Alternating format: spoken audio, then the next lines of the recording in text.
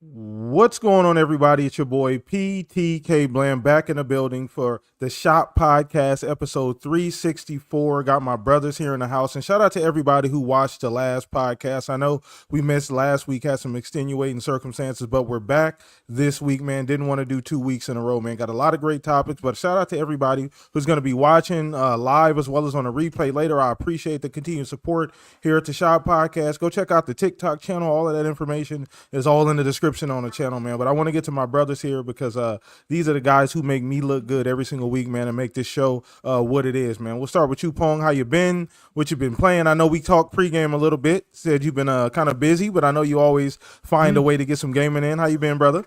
Oh, I'm doing great, sir. Yeah, this is my life now, man. So it's kind of hit or miss as far as gaming goes. I don't have as much time as I usually do, so that's just the way it's going to be through the end of the year, at least into the beginning next year. So, but I am finding time, sir, and it's great to be here. Great to hear your voice. Great to be back with Fuzzy. I find a little bit of time. So, nobody wants to hear that I'm having a good time with Redfall in 2025, but I am. So, Dude, listen, talk about it, please. Talk about it. Nobody wants to hear that bullshit. Come on, man. This is just I just get these bugs. I got all this stuff to play. I got a ton of stuff to play. I got Stellar Blade sitting here. I got all this new stuff. I got Doom sitting here. Look, listen. There's all this new stuff. It just every once in a while, I got this huge backlog of games, and there's just random weird games that, and I was in the mood for a looter. What made you? I was gonna ask you, like, what made you even consider, like, talking about ZeniMax Online's looter shooter, the Project Blackbird that got canceled. Talking about that just got me in the mood for a looter shooter, and I was sitting there, and I love vampires. Like, I just, it's underutilized. Enemy game character. Like, I love vampires. And so I had high hopes for Redfall. So I was like, you know what? Let's just pop back in Redfall again. So I re-downloaded it and started playing it. And I'm having a great time. I'm running solo. It's fun as hell. Again, is the game what it was supposed to be? Of course it isn't. But it still has something there that I'm enjoying the hell out of. And they did the update. So, performance-wise, it's great. And it's fine. So whatever. But the game I'll promote this week, I've been talking about on every show, is Greedland. Greedland is brother. You speaking my language. Yeah, I know, man. You made the post. I saw your post about auto battling survivors, like Vampire Survivors genre. Greedland is worth your time if you like Vampire Survivors, and it may be worth your time even if you don't like Vampire Survivors, but you like twin stick shooters, and I'll tell you here in a second why. I talked about it Thursday. I talked about it yesterday with Steel and I on Living Split Screen. So first of all, Greedland is a Vampire Survivors game, right? It's been, obviously, that's what it is. It's an auto battler. If you know what Vampire Survivors is, you know what you're getting out of Greedland. However, this game is much deeper than even Vampire Survivors is. Vampire Survivors has layers because of how many different things you can open up. And it's tons of content, DLC. Tons of content, DLC, etc. Greedland, I got it for $10. It was on sale, 20% off. I don't know if it still is on Xbox or not. I had played the demo on Steam a couple months back, so I knew about the game. And then Boom started promoting the game, and I was like, oh shit, that's right, it's dropping. And then I saw it $10 on Xbox. I was like, whatever. I had $10 in rewards. I was like, screw it. I'll just pick it up because those games do give you a ton of value. I was not prepared for how deep this game is. This game is freaking phenomenal. It is obviously not 8-bit graphics like Vampire Survivors. We're talking about much more modernized graphics. It is a top-down looking game. It reminded me of The Ascent as far as from a graphic standpoint, art style. Not cyberpunk first, quite, but yeah. I'm going to throw the other one at you that I've been describing it. When you turn off the auto battling system, because you can turn off the auto battling system, hint, that's why I said if you like twin stick shooters, but you're not necessarily like a Vampire Survivors auto battler, you can make this a twin stick shooter. This is a lot like Helldivers 1. Okay, this game is a lot like Helldivers 1.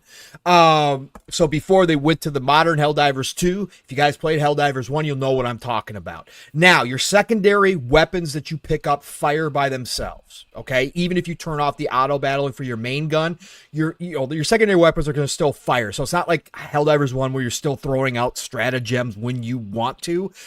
So you still have that aspect. But the main weapon, if you turn off the auto battler, you control. It becomes a twin stick shooter, and it has an overheating mechanic that they add to it, so there is strategy involved. That's dope. So yes, it completely changes the type of game that you're playing at that point. So again, that's why I said at the beginning, even if you're not a Vampire Survivors fan, you may want to look into Greedland. But the thing with Greedland is you're constantly earning. Now, this is sci-fi. You are opening up. It's dudes and dudettes in suits. Okay, this is a Steel Rain. I got him sold. I know he's going to pick it up at some point and try it. So I was wondering because I saw you talking to Mav about it, saying you're going to mention it to Steel. Yeah. He's gonna squeeze it in his lineup at some point. He's jam packed, but because he liked Vampire Survivors, he actually enjoyed it. Yeah. And then when I told him it's dudes in suits, he's like, okay. And then I'm like, yeah. So you can upgrade your armor, and you got to open up all the different. You start with like basically 3 different classes to choose from, and then you open up the other ones as you gain experience, and then you can power up those. Then you get new weapons. You open up new weapons, and there is a ton of weapons. I think there's got to be about 20 different weapons, main weapons that you get to choose from, and they are all very unique. And you can level up those. You can spend points to power up those. Then you have your secondary equipment, and there's about 15 of those that you open up gradually as you go through. You can power up those. Then you have mods on your armor, and you have a certain capacity of mods, and of course the mods, depending on what mods you're looking at, have a value to them. So then you have to choose which mods you want, and you can expand your armor mods by spending points as well as you go up in levels. So then you can add more mods. Those mods go so far as to include the UI. The UI is worth 1 mod point. If you want to play without the UI, you can. You could turn that sucker off and gain a mod point. This game has a lot going for it. Like, I am impressed. Like, Boom's over the top with it. I love Boom because he gets so freaking hyped about games when he finds one that he really enjoys. He's talking game of the year. Listen, this is a indie Vampire Survivors game, but it has a ton going for it. You're fighting bugs. You're fighting different enemies. They've got 3 different biomes that you go to. Each biome has somewhere between 15 and 20 levels in it. They have those levels depending on the size. They have missions within those levels, and then you have submissions as well. All of that is earning you points and experience and all that kind of stuff. But each area is timed. But then they also have an unlimited time mode where you can just go and play for as long as you can last and survive. So there is a lot to this game for $10. I'm telling you, if you like these types of games, go pick up Greedland. I don't think you're going to be disappointed. So that's my sale this week. Hey, sold. You didn't have to sell me, but I'm sold again, goddammit. You hear that, chat? I've always said, Pong, you need a sponsorship. We need like a QVC sponsorship at the beginning of the show, so that way we can have a nice sponsored ad right at the beginning every single week, brother. You deserve that. But listen, I'm 100% with you, bro. I haven't even played the game yet, but I did go watch a bunch of people playing it, just a bunch of YouTube videos and things. And I'm into auto battlers anyway. Rotato, all those kind of games, those are right on my alley. You get... in my opinion, and tell me I'm wrong, Pong. Dollar for value, that might be the biggest dollar for value as far as a genre in video games right now. Absolutely, if you enjoy them, absolutely, they're on par with your big Western style RPG, hundreds of hours, Assassin's Creeds. Right, they're on par with that for what you get out of them because it is crazy. 100%. So shout out to you, man. Appreciate you, Pong. Always bringing the energy every single week. You guys know, go follow Pong. All the information is below. Throw this over to my other brother, Mr. Fuzzy Belvedere. How you been, bruh?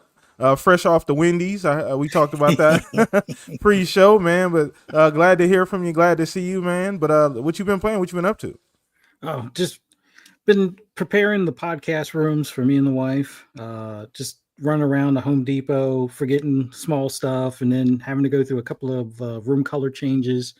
The wife was going to go with like a muted sage green, and then changed her mind after we saw what it looked like on the walls and stuff. So going through that, and finally got around to playing a little bit of Donkey Kong Bonanza, which it's a good game. I won't call it game of the year, but then again, man, I'm not that Nintendo kid. I was a Sega kid. It's fun, but like I'll leave it at that. You ain't on the game of the year. I'm just asking because listen, I knew it was gonna happen, man. They did it with Breath of the Wild, man. You got these features like, oh my god, look at all of the voxel destruction. I'm like, man, voxels. But anyway, we're not even gonna get into that.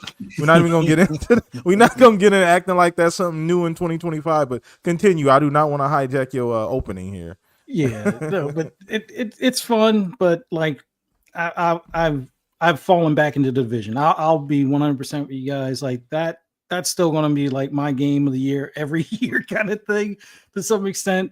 The Brooklyn DLC brought me back in, and just going through like I'm already at like 81 out of the season thing, and I've only really done it for like the past couple of weeks or something, or whenever they drop the Brooklyn DLC or something along those lines. But just having fun with it.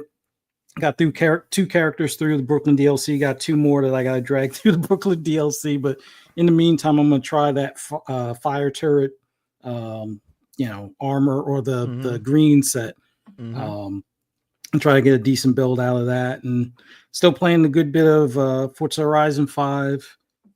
They finally had enough votes for one of the cars I didn't have, which I hate that system that they have with the whole like golden ticket for like some of the cars, but instead of just making it where all the cars can be, openly available and you just use that golden ticket towards it. No, it's like you got to get the golden ticket. Then you got to hopefully convince enough people to vote for the same car you want, which 90% of the times when they have the vote, it's like I have all the cars, so I don't want any of them. Can I get one of the ones I don't have yet? And it's like it's like once every 3 months they'll have one that's a car I don't have, and half the time people vote against that car because I guess they didn't have the other cars. So finally making headway with that. But other than that, I think I made mention of it before, like also looking at doing another house in the next couple of years, and been playing Sims 4 for not for the Sims factor, but for the architectural factor of building a floor plan, which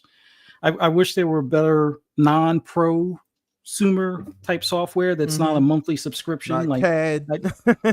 like I'm not paying hundreds of dollars a year for CAD. I mean, I can get the education discount or whatnot to do it, but like I just want software I buy once and own, and just enough to kind of get a general floor plan put together. But hey, guess what? Sims 4 works pretty good for that. Was tempted to look at, was it Inzol or whatever, but Inzoid or whatever that is. It graphically it looks better, but they don't have as many mods or features as what do you call them, as Sims does. I think that's mainly because it's not as old as Sims. The Sims community is awesome as far as for things that they don't put in the game, like double ovens, which I know it probably sounds kind of weird to want like the microwave and regular cooktop oven in like a cabinet, and then have like a cooktop instead of a regular burner. But that's what the wife wants next go around, so I got to find something to kind of make that happen. So seeing what it looks like in certain configurations, it's nice, and just glad that the Sims community actually does stuff like that. The only other thing that I think they need is like a deep chest freezer, because the one that we have currently, I know, is not going to fit in the pantry like the wife wants for the next house. So, but enough house stuff. Gaming, Bonanza, good game, not my game of the year, and Division still rocks. And even if you don't have the Brooklyn DLC, I still think it's worth a go at playing it again. But Ubisoft with their reconfiguration, I don't know. We'll see how that turns out in a year or two. See if it doesn't bankrupt the company even more, or maybe they get a resurgence. We'll see. But that's about it. Well, glad to have you here too, man. Glad to have all my brothers here. And shout out to everybody, Thatch, Talos, everybody in chat, Blue, everybody that came and hang out. Like I said, let everybody know, retweet that link out, that the Shop Podcast is live right now, man. Come get all of that good gaming news, man. I appreciate all you guys. But we're going to dive into the content today. We got a lot to talk about, man. I've been chomping at the bits to get into some of this stuff, man. And we're going to start with something that I actually stole this topic. I told you before the show, Pong. Shout out to you and Mav. I stole this from you guys Thursday show, but it was such an interesting topic, and I'm so excited for this game, goddammit, that I always kind of want to talk about it, especially until at least we get the game. I want to talk a little bit about Clockwork Revolution, man. And just the idea that it could potentially be coming sooner than later. And that's obviously based on a little bit of speculation. Xbox helping us with that a little bit, right? With that post, that marketing post with the crystal ball and adding it into games that are coming either in 2025 or early 2026, or at least games in the next year or so. So I want to get into that a little bit, man. So first and foremost, we're going to start with you on this one, Pong. But in my opinion, Clockwork Revolution was the best trailer at the previous Xbox showcase this year, in my opinion. I think it showed the best. I don't know if we were all on the same page. I know we watched it, but pretty much all of us were excited about it after seeing it. And I think it punched well above its weight. I think it caught a lot of people off guard unexpectedly, man. I don't know what people thought In Exile was some like indie game company or something. People really thought that they couldn't make this kind of game or they weren't capable of this, Pong. I wasn't sure, but I'm kind of the reactions are a little strange to me because they've always been ultra talented. I know this is the first time making this kind of game, Pong, but they've always been super talented. Yep. It does always shock me sometimes the people in the community that seemingly talk about games all the time, and then something shows up and they're like, "Holy cow!" Like I'm like, "Where you been? Where you been?" But as far as I go. You can go back to when I started podcasting, and whenever In Exile came up, I talked about them because I said all along that they, as far as world building, character development goes, decision consequences within games, they are up there with you can name, take your pick of who you want, Bethesda, Obsidian, CDPR. Take your pick of the biggest RPG developers out there. In Exile is right there with them in those key areas of RPGs. And what I said all along was I was excited for them to be underneath Microsoft, to be able to expand and to be given a chance to show what they could really do. And when we first heard about Clockwork Revolution, that they were making a first-person open world kind of RPG, I was all for it because I said this is the step that I love to see them take. Anybody who's played Wasteland knows what I'm talking about. But unfortunately, turn-based, top-down RPGs aren't everybody's cup of tea. Baldur's Gate certainly proved that more people liked them than wanted to believe that they did, but that doesn't mean everybody's running out and playing Wastelands now, so that they don't know who In Exile is. But this is the chance. And so, yeah, I've been all over In Exile for a very long time. And with Clockwork Revolution, the show, each time they've shown it, it's gotten better and better. I was so impressed with the first one, but obviously, like you said, this last showing at the June showcase was special. Everything I talked about that I knew they could do outside of putting together a first-person world, that was all answered in that trailer. Again, characters, decisions they talked about, literally that you're going to be able to change the entire world depending on what decisions you make, and you're going to be able to witness that through time travel. Like, this is one of the most complex ways to go about it in an RPG. Time travel has to be done a specific way. That's why you don't have a whole lot of games that do this. Facts. Time manipulation causes a lot of problems in continuity when you're talking about a story and branching paths. I can't imagine what some of the trees look like when they were doing narrative trees on a whiteboard or whatever they were using and trying to keep this all on the same page. So I'm super hyped for the game. Obviously, it's one of my most anticipated games when it does launch. Now, I have also been on record for a long time, ever since In Exile became very active on social media about 2 years ago, year and a half, 2 years ago. Their team really fired up. They've been promoting everybody's game, especially any Microsoft first-party game. And they do those cool skits, too. Yeah, they're hilarious. They're freaking amazingly talented people. I've said since then that this seems like a studio that's got their current game, pretty much put together. This isn't a studio, like Exomecha, which maybe we'll get into a little bit later, disappeared for 3.5 years and then decides to show back up again. Hey, we're still alive. They came back from the corner store with the milk. Yeah, they came back. They came back. They came back. Daddy's home. No, In Exile seems like a studio that was ready and that their game was in at least late stages when they started getting very active, because you don't see studios take that much time. They sometimes do it for self-promotion, but to promote everybody else's work and to have such a good time with it and to do such productions, maybe they whip them up in 15 minutes, but that's not something a studio that's neck deep in middle of the development cycle is usually generally doing. So I've said for a long time I thought Clockwork Revolution was further along than people thought. And I said that at the last year, I thought that there was an outside chance that it could launch this year. Now, like you were talking about, we got that crystal ball advertisement. Shout out to HR Bomber too. Bomber's such a good dude. He had hit me up as well underneath my post about the crystal ball thing. That they had also posted a Game Pass advertisement in June that also did include the same list of games that had Clockwork Revolution in there as well. So this is the second time they've done it. And so it just got me thinking. I don't think they need it this year. And I'm not sitting here telling you guys that I think it's a better than 50% chance that they drop it this year in December. Could it be a Christmas surprise if they really wanted to? It could be. So before you continue, no, you're good. Before you continue, I don't want to step on you. Yep. No, you're not stepping on me at all. I just want to throw something in there too. Yeah. So this is very, very interesting before you get to that point. So we understand that this game, so I want to kind of throw another question at you before you. Yeah, so sure. if this game doesn't make 2025, right? We understand that they don't need it this year. I'm 100% agree with you that they don't need this year.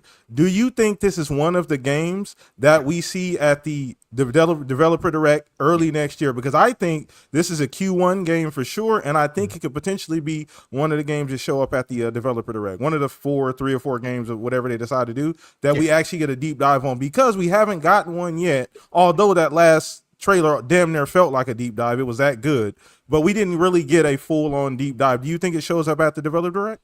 Yeah, that's been my guess. If it wasn't going to show up this year, right? If it wasn't going to be a Christmas surprise, and I don't, again, with Outer Worlds 2 being the end of the year, that's a big RPG.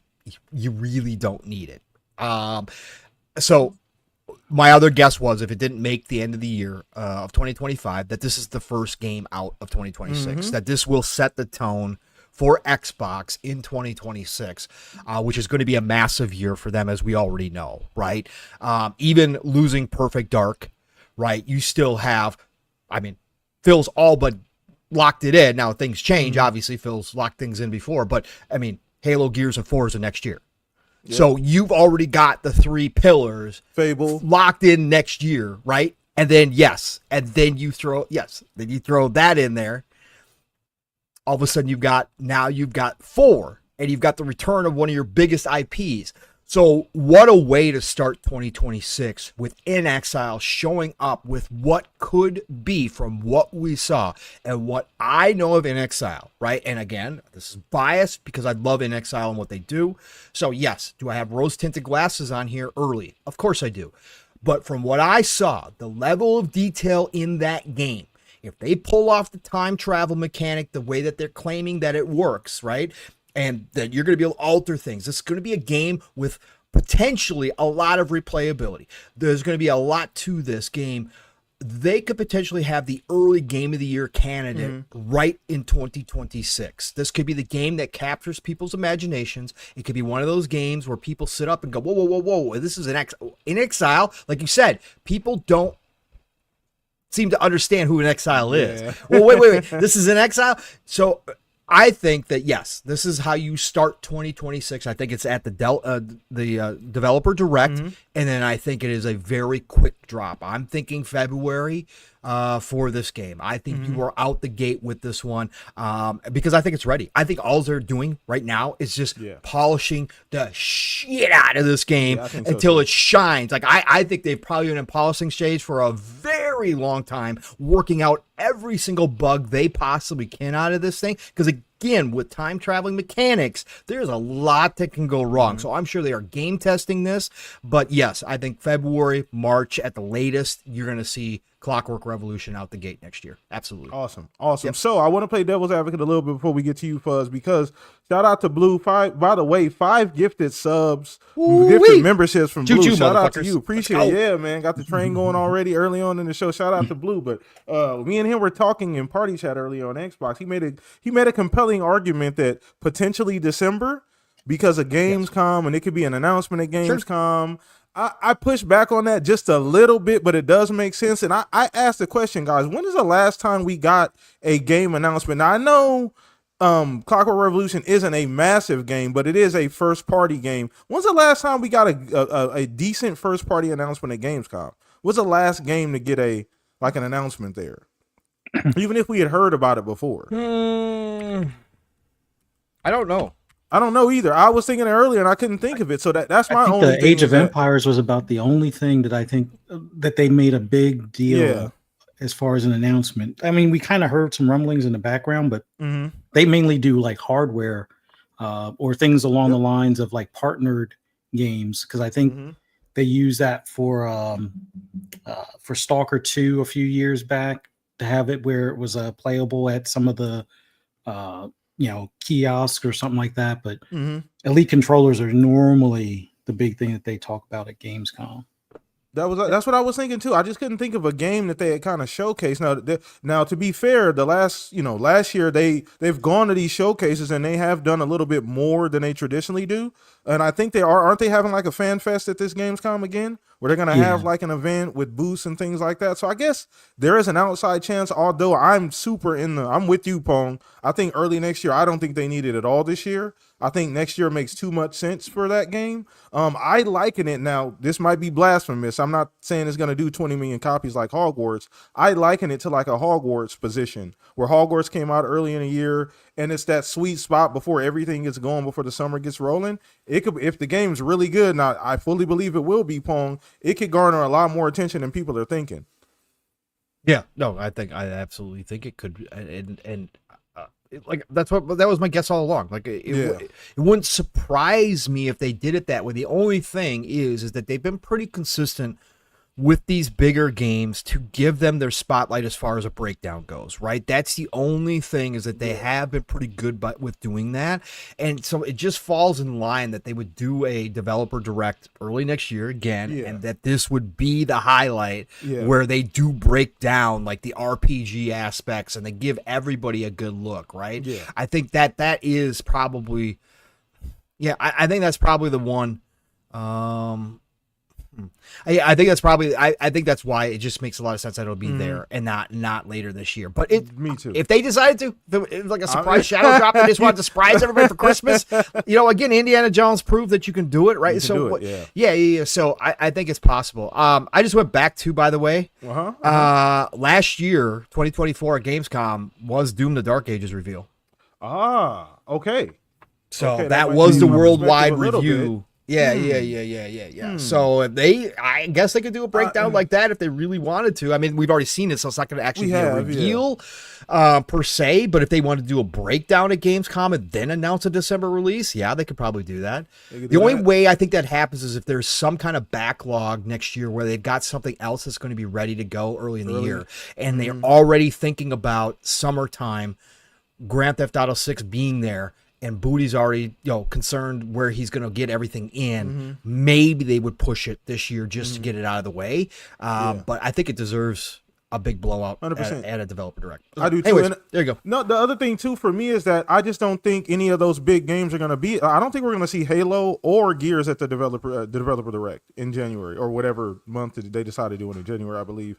I don't believe so. I'm just thinking if those, like, I know you mentioned Halo, Gears, Forza. I don't think any of those three will be at the developer direct. So what else is slated for 26 or early? What else is kind of on the stove already? That's on the stove. Never mind. And you know what? Never mind. AI was wrong. It pulled, instead of Gamescom, it pulled the showcase last year. So never mind. Doom wasn't there. So forget it. No, you're good. You're good. No. Internet sucks. You can't believe anything. Can't trust Skynet just yet. Nah, you can't trust anything, bro. They're just gonna make up shit. All right. No, but I want to throw this over to you, Fuzz. Get your opinion on this 2 man in chat. Let us know what you guys think about this. Once again, this is super interesting because, like I said, there's a lot. There's so much room that they can, you know what I mean? They can fit it in. And once again, going back to early 2024, Fuzz, is this, is this something that they could slide in right there? I think it makes a lot of sense because I just don't think we're gonna see Gears, Forza, or Halo at a developer direct. I think they're gonna save all of that for that June showcase. So what else are you gonna have at developer direct? It's gonna be, State of Decay 3 probably. It's gonna be Clockwork Revolution. It's gonna be stuff like that. In my opinion, where you? I mean, the only other thing, although it would be out of their normal timing or tradition, could be like something like Forza Horizon 6. But I think that's something that we save for like the June showcase and then release in the fall.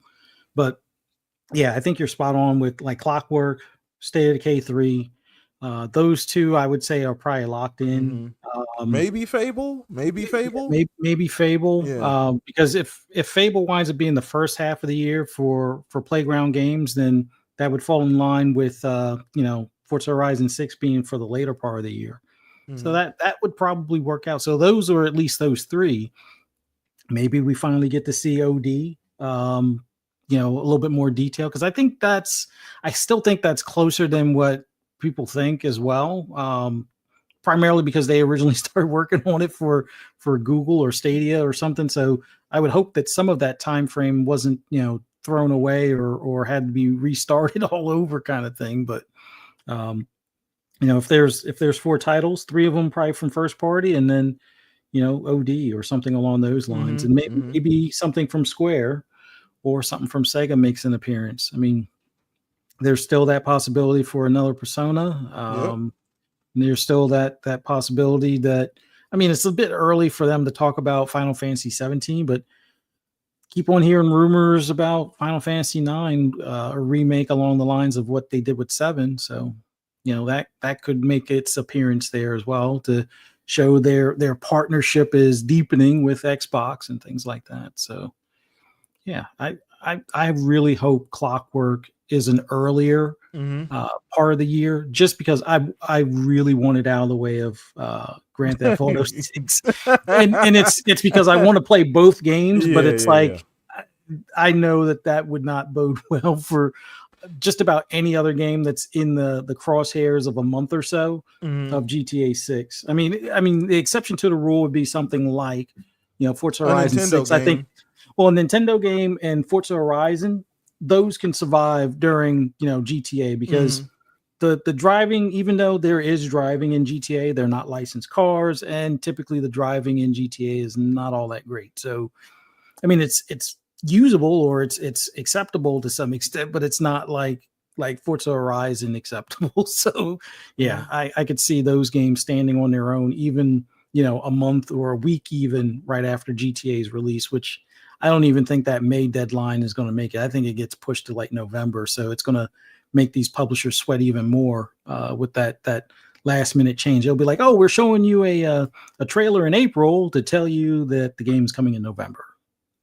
Thank you, pre-order now, kind of thing, and that'll be that. But and everybody shits bricks collectively. Yeah, but no, Clockwork, I would love to see that next year.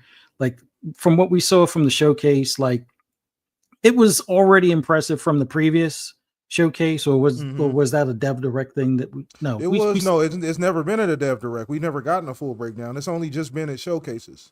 So the previous year showcase, it already looked impressive, and they just basically polished that and added a million gamer score to it, kind of thing, and really knocked it out of the park with everything from that little talking doll thing, or the angry puppet, or whatever it was, to all of the scenery, the uniforms, and even how fast some of the repercussions to your decisions, like, you tell somebody no, they might shoot the person behind them right in front of you, kind of thing. So exactly. Yeah, I think that game is, like Pong said, a lot further along than people believe, and that hopefully we'll see it early on next year, because my schedule's cleared for it. I mean, the only other thing that I could see really, possibly getting in the way of it would be something like Forza Horizon, but I don't foresee that being an early in the year kind of thing. So. we'll see. I'm with you on that, man.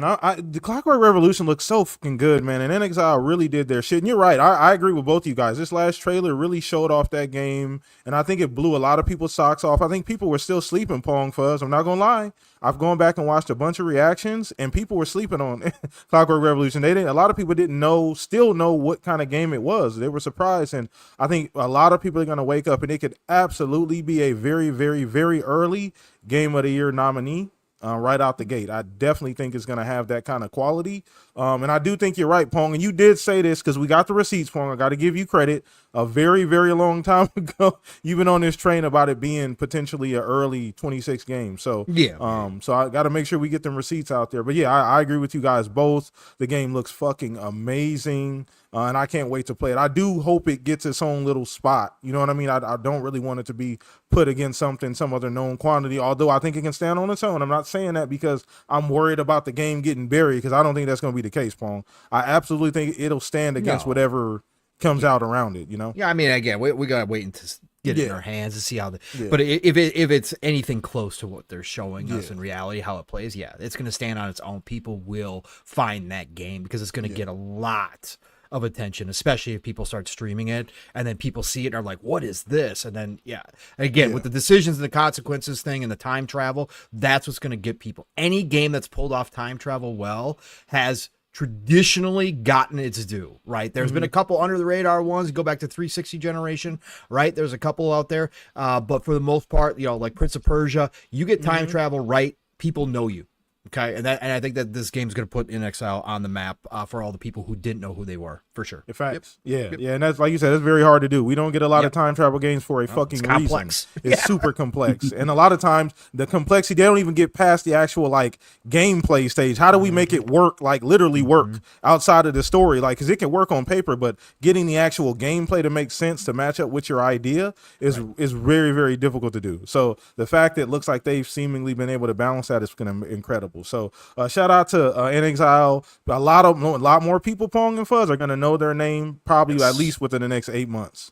Going to know their name for sure. Agreed. So yeah, for sure. So I kind of want to turn the page here a little bit, get into something that I know holds true and dear to your heart, Pong. Not so much me and Fuzz, although I am a OG Battlefield fan myself, but I know this holds a little bit more weight with you. I want to talk about Battlefield 6. Now, we've been getting a fuck ton of stuff, right? We getting clips. They're leaking all kind of stuff. There's a bunch of people that have already played it, but we got to pump our brakes a bit because we've also heard things on the other side of the coin, talking about in-house stuff, management issues. They can't figure out what the game they want to make all over again. They're starting all over again. Back in the drawing board, all these people done left all over again. So are we drinking the Kool-Aid again, so to speak, on this?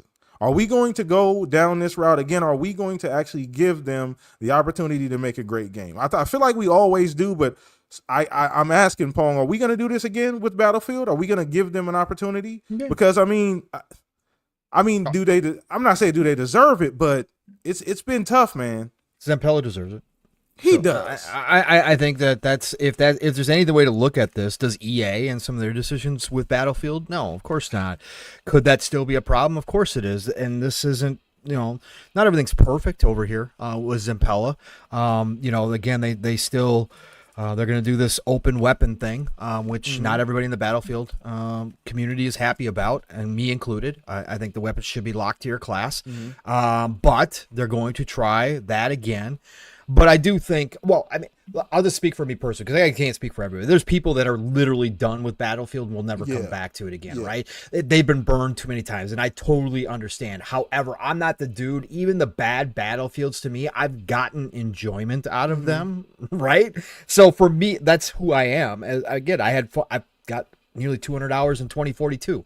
So, it's, for me, I'm back again. And from what I've seen, as far as I'll go back here a little bit to what you said, because Steele and I talked about this a few weeks ago. The internal stuff, that the strife that they talked about, I actually say good, because what I'm hearing there is is that this is the old way that games were made. Old games are the old way was messy, how games were made, but they got their shit together at the end and they got the games out. They did what they needed to do. They crunched. People left. People said, "Oh, we don't have work-life balance. I'm dying over here. Oh God, I can't do this. It's so unfair." That's what started the whole crunch scenario. That's work wherever you're at. If you have a goal and you need to hit goal, you do what's necessary to get it done. Period, point blank, and get the game out the door. And that's what it sounds like to me is going on. Sure. Does it sound like they've had some jumps and starts and stops and starts and stops? Yes, it does. In fact, we know they closed the studio that they originally created out in Washington to actually do the campaign with the gentleman. I forget his name now. Anyways, it's been a year since I thought about this, but they actually had the studio formed that was going to create the campaign, and they closed them completely and took the campaign and divided it up over the other studios that Zampella already has. And what do they have? 5 or 6 studios on this game right now. So yes, there's been stops and starts. It hasn't been pretty, but they're trying to reboot a franchise that at one point you could argue was almost toe-to-toe with Call of Duty. It's solidified in the big 3. Okay. I don't care any. Right. So for me, this might just be legacy and nostalgia talking, admittedly, but it's solid. There's no other big 3 but Halo. In my opinion, when it comes to the peak of where we were at one point, Halo, COD, Battlefield, that's it for me. So and that's a good way to look at it too. Yeah, I just so for me personally, Battlefield will always. If you had to hold me down and say which one would you rather play for the rest of your life, and you can't touch the other one, it will be Battlefield over COD, 100 out of 100 times for me personally. And I don't care what shape the Battlefield is in. I enjoy the moment-to-moment gameplay in Battlefield much more than I do Call of Duty. Yeah. I enjoy Call of Duty for what it is, and it certainly has its place, and it's obviously king of the hill, and it's sold just oodles, right? And we know this. It's the top-selling game nearly every single year, so there's no taking that away from it. But Battlefield, to me, game to play-wise, is the best. And what we've seen from the leaks, right? And if you want to call them leaks, they're controlled leaks, whatever you want to say. They're internal leaks. Oops, we hit the oops. We are seeing right now, and we've seen greatness from Battlefield before, and then it shows up. The servers are a mess. The bugs are a mess. Last time was 2042. The hit detection was absolutely atrocious. Okay, like that's like the thing you can't have in first-person shooters is a hit detection problem. They had that, so we don't know any of that. But what I'm seeing in the videos is Zampella legit looked at the older Battlefields from Bad Companies to 3 to 4, the mainstays that everybody pretty much agrees that foursome is probably the best era of Battlefield in history. And I'm not saying like you can go back to 2. I love 2. Like 2 was freaking amazing. But I'm just saying the fearsome foursome are the Bad Companies, Battlefield 3 and Battlefield 4. He went back and looked at those and said, what are we going to do to get this franchise back to that? And what I'm seeing out of these videos so far, again, these are clips, is that he's doing that. The feel of it already, again, there's one clip that's about 3 or 4 minutes long, and I had Mav watch it, even through just compression, but I put my earphones in, the sound already, the missiles overhead, the bullets whizzing by already, sniper shots in the distance, there is all kind of stuff. Nothing like Battlefield when you get into those moments. That's why I will forever love it over Call of Duty. There's nothing like it. And then we saw your old school Rush as well in one of the videos. They brought back the old, it used to be called Gold Rush for those in Bad Company days. Gold Rush was it, because it was actually gold that you were going after. It was freaking dope. I wish I would do that again. Anyways, but they brought back the regular Rush, the tanks, all that looking fantastic. And then, of course, the big one that almost every single one of us Battlefield players have been asking for, Levolution. Bring back the old style Levolution, the way it used to be. The set pieces are cute, they're fun, but they don't make Battlefield, what made Battlefield was buildings everywhere at the start of a game, and by the end of the game, it's nothing but rubble and ruins. All the sniper areas are gone. Yeah. There's no place to hide. People are crouched or laying down inside like the leftover leanings of a building, and they're sniping through like a little window in the bottom that didn't get crushed. Like, that's the Battlefield. And if you move, you're out in the open, basically, is what it comes down to at that point. And I don't know if they've brought back that level, but what they have brought back is not pre-planned set piece levolution. They have brought back the randomness of being able to take down the entire side of a building. We've already seen that. Taking out the corner of a building, creating a new opening into a building where there wasn't one before with a rocket launcher or a grenade or C4. That's what they show, or a tank. They showed that in the video. So what I'm seeing, PTK, is a return to form. I'm going to be there. We are hearing that. I don't know if you caught the update from Insider Gaming, because those packages went out to people. People started rumor mongering that it was going to be at the 3-day event at the end of the month. Insider Gaming did confirm that there's going to be a 3-day period at the end of the month, 29th, the 30th, and 31st of July. Media, influencers, etc. are all invited. They're all going to go there and play the game for 3 days straight. The last day will be on the 31st, and they are going to have a full blowout Call of Duty style with live gameplay from the influencers, from all the people there, just like they do with the big Call of Duty thing. They're going to have live gameplay, they're going to have developer interviews, and they're supposedly going to drop the open beta, which is going to be right around the corner, they said. Awesome. So that's what I'm super excited for, because I need to get hands-on and see how it feels, and then I'll have more of an opinion, even where we're at. And then obviously launch day server problems that have been widespread since Battlefield 3. If they overcome that. Now, I'm not expecting perfection, because even Diablo 4, as stupid as that is, still has issues day one. But if they can get over the main server issues, and to get those ironed out quickly on day one, then they're already ahead of like the previous 4 or 5 iterations of Battlefield in that circumstance. So that's what I'm looking forward to. But beta, I'm going to be a beta boy all day long in this game. I'm ready. I can't wait. You know, the irony and everything you just said, and I agree with you 100%. A lot of those points about the Levolution and some of the things that they're bringing back, and I was excited to see a lot of those things too, because like I said, I'm not as close to that franchise. I loved it, and I played a ton of it. Battlefield Bad Company 1 and 2 are my favorite Battlefields, period.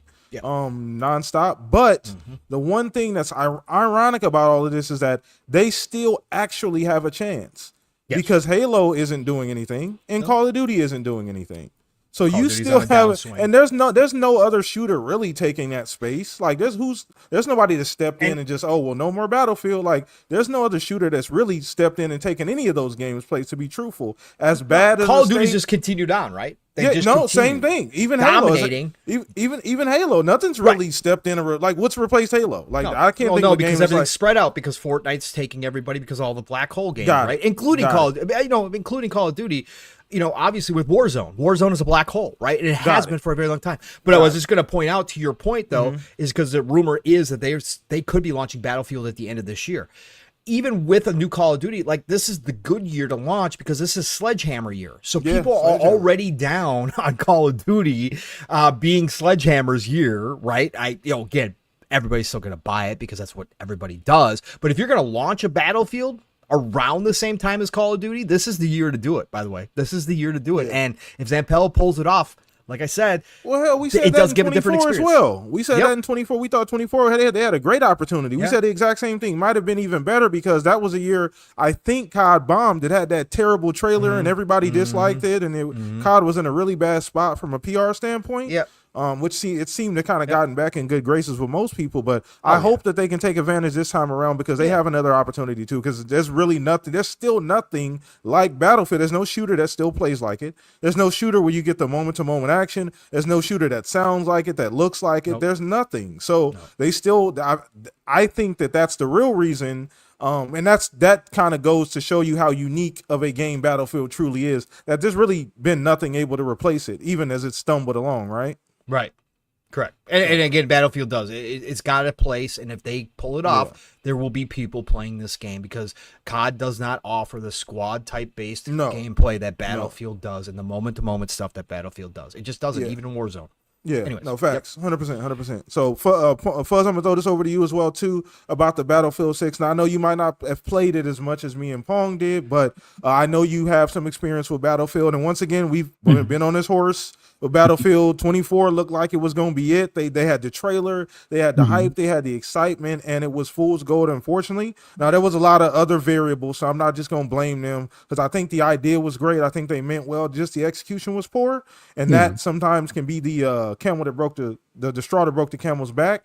Hopefully this time around with Zampella fully on board, it seems like he's taken another more reins of this game than the previous one.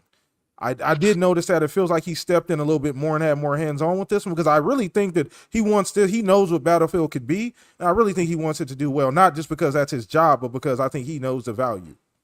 Yeah, and to my understanding, he didn't really come on board for 2042 until after it already released or something. So it was like they kind of handed him dog poop sandwich, after it was already on somebody's plate kind of thing. Is like, fix this kind of deal. And it was like, well, it's probably best just to kind of cut support or scale things back and fix some of the, glaring things, like some of the hit detection stuff. I think some of the other stuff that people were asking for with the modded modes and things along those lines. But with him being on board, they always say in Vincent Pello we trust kind of thing. So hopefully, he works his magic like he normally does on a game, and this one comes out in a much better state and is a lot more adored by the fans as far as for Battlefield. I'm kind of looking forward to it, but I'm still burned by EA, and it's not any of Vince's doing. It's maybe some of it with the Jedi Survivor, but 2042 Jedi Survivor, and there was another EA thing without even getting into Anthem. They kind of burned me from wanting to spend money with them anymore. So it's like, I'll wait until y'all guys buy it and see how good it is. And if I hear one complaint on hit detection or can't get into a match, then it'll be written off until it's in EA Play. But everything I've seen as far as the leaked trailers that originally they were going to try to suppress and that they allowed to stay up because it brought the hype, it brought the excitement back to that franchise. All of that, the audio, the visual, all of that stuff looks promising, and as long as they deliver on that, I think this will be Battlefield's best opportunity to chip away at what Call of Duty's doing. I don't think it's going to overtake Call of Duty by any means, because I think Call of Duty is just it's almost synonymous, like calling a video game system by your parents calling it a Nintendo. It's almost at that point with Call of Duty. Battlefield is like the Sega of video games at that point, but it does stand a chance of doing well. Like Sega's done a couple of series or years and generations against Nintendo once or twice. But it looks great from everything we've seen. Hopefully they get the weapons that people want pinned down, because I think that was another case of contention as far as like some of the I think the light machine guns and assault rifles and stuff like that. Some of the early stuff didn't show all of the fan favorites, but if they get all of that squared away, I think this is their best opportunity to be their best selling title, and hopefully EA doesn't let it go to their head afterwards and start losing focus on what they're supposed to be doing. But Vincent Pella has done great with a lot of the other titles he's involved in. Hopefully that trend continues with Battlefield. But like I said, I'll wait, let you guys be the guinea pig this time, because I'm not trusting any EA. Oh, just wait for the day one patch. Screw that day one patch. I don't think they've ever in their lives got a day one patch right.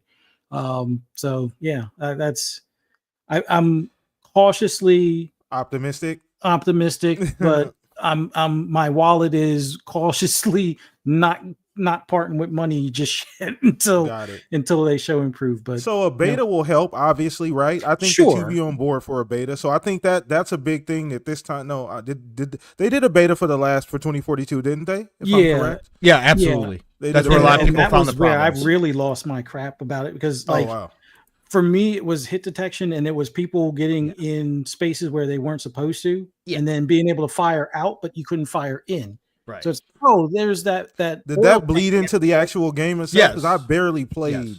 Yes. Yeah. Yeah. Okay. It took a lot of patching in the beginning to fix what they didn't even have a leaderboard.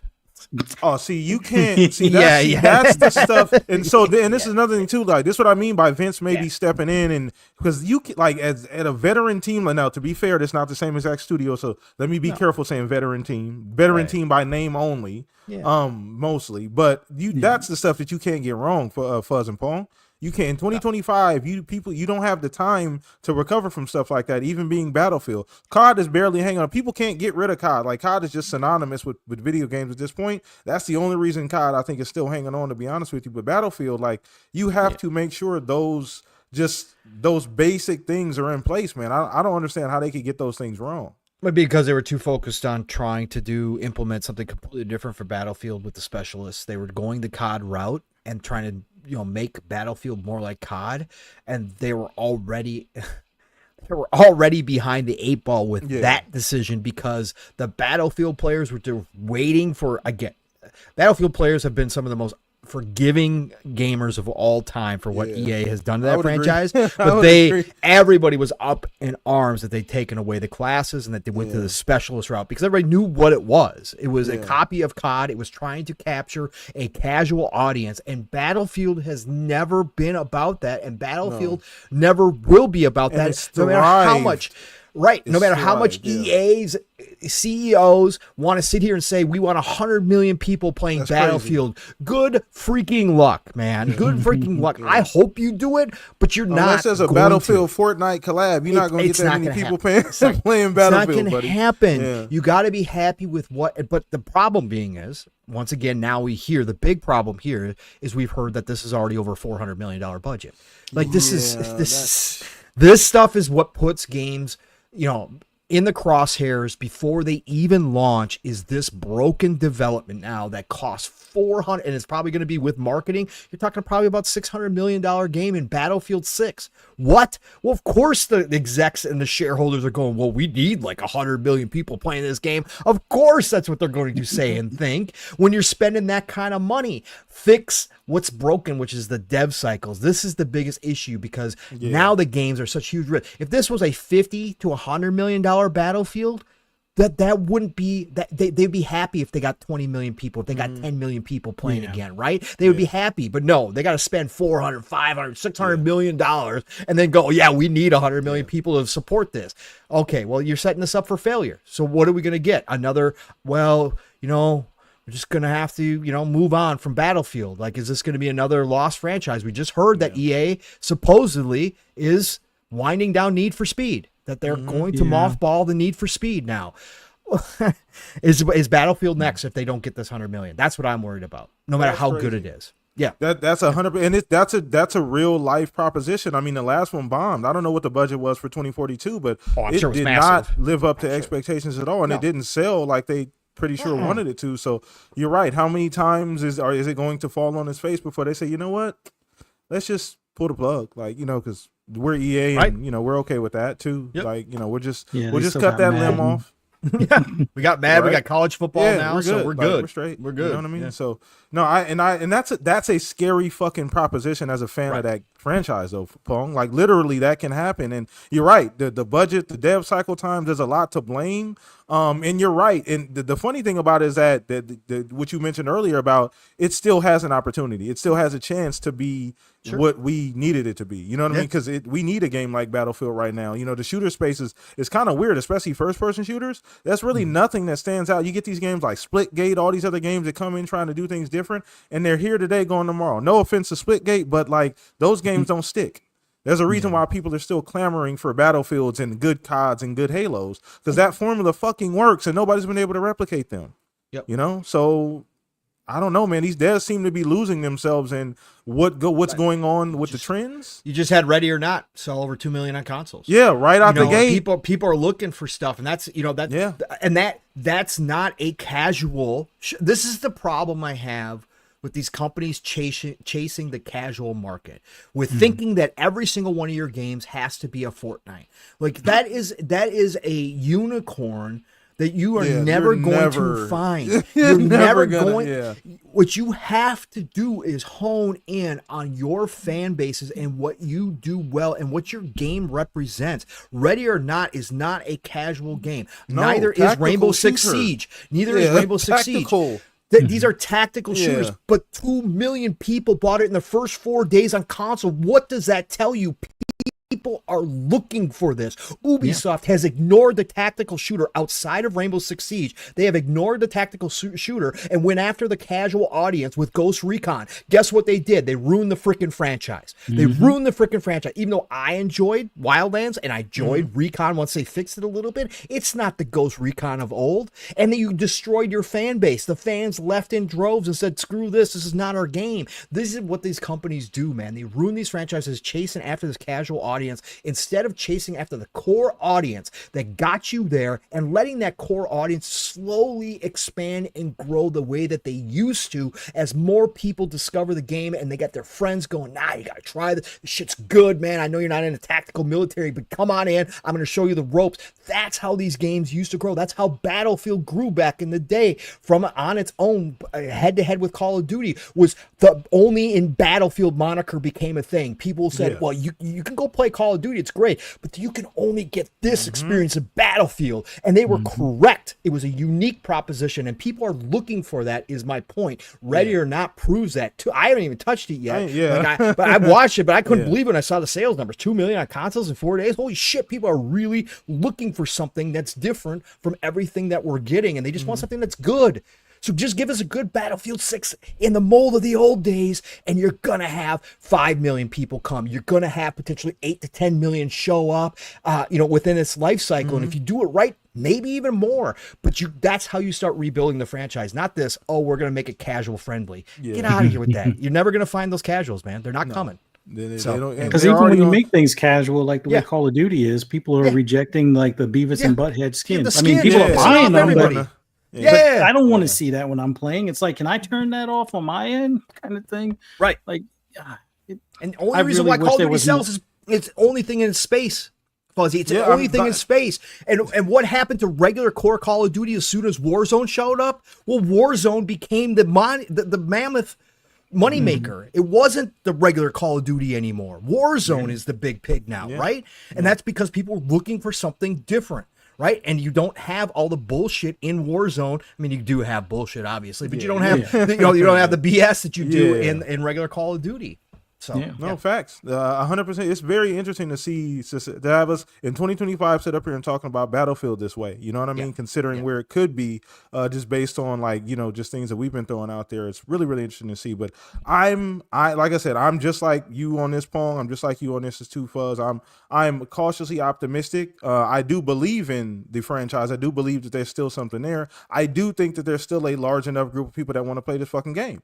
I just think people want a specific kind of game, and if they're not going to at least give us something on a base level, and like Pong mentioned, we don't necessarily need all the bells and whistles. That's what made Battlefield special, right? Those moments and things like that. It wasn't all the extra shit that you could possibly throw into the game. Action. It was the military action, man. Exactly. Living out that fantasy. That's what it was. Yeah, because you put on COD and Battlefield was night and day difference. When I played Battlefield, I had to remember, switch my brain when I got off Call of Duty, because it plays completely different. Correct. The time to kill is different. The weapons function different. This is like Forza Motorsports versus Forza Horizon. And squad play matters. Exactly. That's the thing that they always had, right? And I will say to the end of the days when I die, when Battlefield was at its peak, there is no finer moment in my game playing, and this goes across all genres.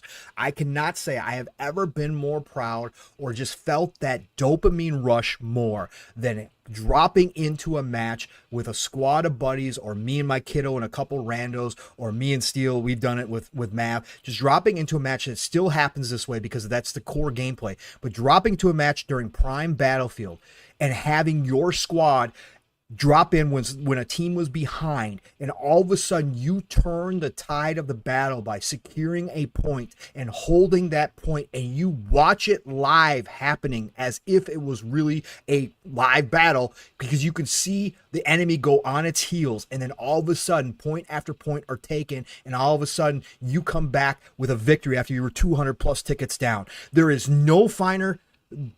just no finer gaming moment in my career, in my life, that I've ever felt in those moments in Battlefield. And that happens on a regular basis. Yeah. It is special. It is special, man. No, 100% agree. 100% agree. It's a good topic, man. I want to see Battlefield do well, man. I really, it needs to, man. It needs to do well, especially in that shooter space, man. We need those pillars to go back where they need to be. You know what I mean? So, but yeah, I agree. I agree with you guys. But it's going to be interesting to see coming up, you know, when we get more information, when they decide if they're going to do this thing at the end of the month. I'll be tuning in, definitely. If they do decide to do that, I want to see some actual full-fledged gameplay.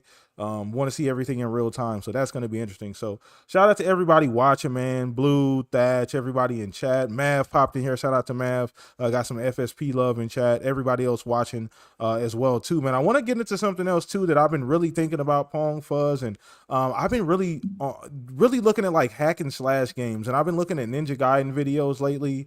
I looked at some Dynasty Warriors videos lately, and man, I'm so excited about where this genre is going. And this is no diss to Souls-like, but I am tired of Souls-like games. Now, I don't play them enough to even say that, to be honest with you. I probably shouldn't have said it, but I don't play them enough. I just want to go back to like shooting, just chopping things up and running around in a fast-paced gameplay, and not necessarily having to worry about parrying every 2 seconds and knowing the combinations and when I need to block. And that's all fun, but like I just miss just the maniacal chaos of Ninja Gaiden, and those things seem to be coming back. We got news that the new Onimusha is not a Souls-like. Which I was super surprised. Not that it was a Souls-like to begin with, but it was kind of borderline. They did officially announce that's not. We got Ninja Gaiden. We got games like Dragonkin. A bunch of other games, Lost Soul aside, I believe that's on PlayStation only, but that's also not Souls-like. So I want to get your opinion, Fuzz, and I'll start with you on just this resurgence, brother, because we weren't getting, I mean, outside of your occasional like DMC, Devil May Cry or Bayonetta, we just weren't getting hack and slash games for a long time. No, but I always try to look for like some of the ones that don't necessarily stick in the hack and slash type of category. Yeah, there's like some borderline ones too. Well, like your Assassin's Creeds, like I mean, you could even say God of War to some extent, but like hack and slash, I think is one of those staples that people don't really talk about as much. But we're getting more of those older, harder style ones that aren't necessarily like the Souls-like. So, like Ninja Gaiden, I think has shown that, you know, people want that type of gameplay. Like there's even the more art style or cartoon style Shinobi that's coming out here soon. If it's not already out, it's going to be that hack and slash. But I also look forward to games like Ghost of Yotai. Like I know there's some, they're like, oh, he's you know, being a pony or whatever. But Ghost of Tsushima was my game of the year when that came out. And I consider that in hack and slash because anytime you can chop limbs off and then see the enemy, the expression on their face and them stumbling over each other, trying to run away from you, that's what I consider part of the hack and slash aspect. And they just took it to a little bit more of a trickier level with the different stances and things like that. But yeah, hack and slash is always, I think, been a staple to some extent, but it is getting a lot more love now with a lot more titles out there outside of, you know, those Souls-like type titles and stuff. But yeah, I'm looking forward to Ninja Gaiden 4 later this year. Definitely looking forward to Ghost of Yotai. Just, I know there's other people have issue with the character or the controversy or whatever behind it. I really don't care as long as I get to chop people and you know, play the samurai or kind of ninja style that I choose to. And I love the fact that they got a lot of more weapon choices in this new one coming up. Like basically, although it is kind of funny that Assassin's Creed Shadows kind of beat them to the punch to some extent because a lot of those weapons are now going to be in Ghost of Yotai. But that was another game I loved. Although I didn't buy it, I did it through the what do you call them? Ubisoft Plus, which kind of kicking myself for not doing the full year when it was at 108 instead of 180 for the year. But hopefully they'll have a sale like that again, or maybe Assassin's Creed Shadows drops below 60 or 50 or something like that. Like I'm trying to pick it up for in the $40 price range. Well, Ubisoft games traditionally go on sale fairly quickly. Usually they're Yeah. down They've between been 30, holding 40 better bucks. this time. I Yeah. noticed I've been waiting He- on Star Wars Outlaws, and it's just like It's the still ultimate hanging- edition. The ultimate edition I can find at a key shop for $50 right now, but I'm still like, Dude, maybe Eves is you know, Yeah. I mean, it's, you know, you're talking about his son's taking Yeah. over, but maybe Yeah. he's changing strategies because those games traditionally, Yes. Ubisoft games, 30 days after, you can get them things about 50% off usually. A Yep. month later, most of those games. So I've noticed that too, and that kind of piqued my interest. You just saying that, Fuzz, because that is true. That game is not on a heavy discount as of yet. You're right. Yeah, but as soon as it is, I'm picking that up. But yeah, it bongs onto it. They're holding out a lot more than they've used to. Because Yeah. I remember I used to be the guy that would buy Assassin's Creed, the $100 or whatever edition, Mhm. or even that with the Division. It was like I think I paid 116 for the original Division when it first came Same. out, the first one, Mhm. and then I want to say not even 2 or 3 months later, it was like $40. Oh, yeah. 43. Yeah. I'm like, I just threw away $60, but it was, I mean, to me, the game was worth that Yeah, it amount was. because I played it that amount. So, but like, yeah, this is the one Assassin's Creed where I have yet to see it drop into the $40 price range. And I'm like, man, they must have heard me. I shouldn't have posted online. I'll just wait for a sale or something because they're really, sticking it to me now for not either doing the full year or whatnot. But back to the hack and slash. Like I hope more games take that on. As far as I do too. like Avowed was another nice one as far as Mhm. being able to use those weapons. Although they had a nice mix of pistols and magic and stuff like that. But I was more about like the two-handed sword or the knives even, because like using the knives you're getting closer and do that poison. I think that I had a poison build or something like that worked well, and it was almost even the same thing with Diablo with the shorter knives and poison build type of deal. But yeah, more hack and slash is needed.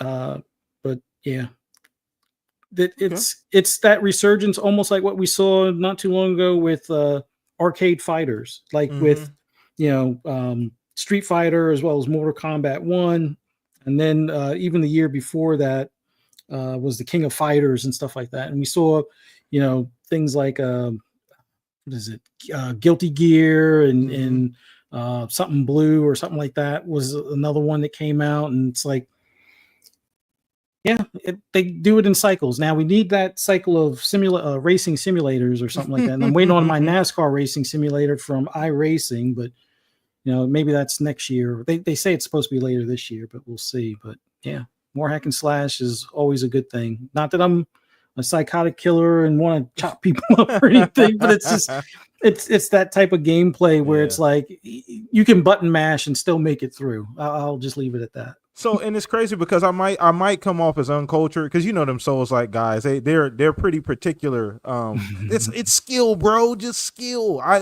understand. All right, I understand. I don't got it like I used to. The reflexes ain't quite what they used to be, but I'm not saying that because, like you said, the hack and slash games still provide a good level of difficulty. Look at Ninja Gaiden.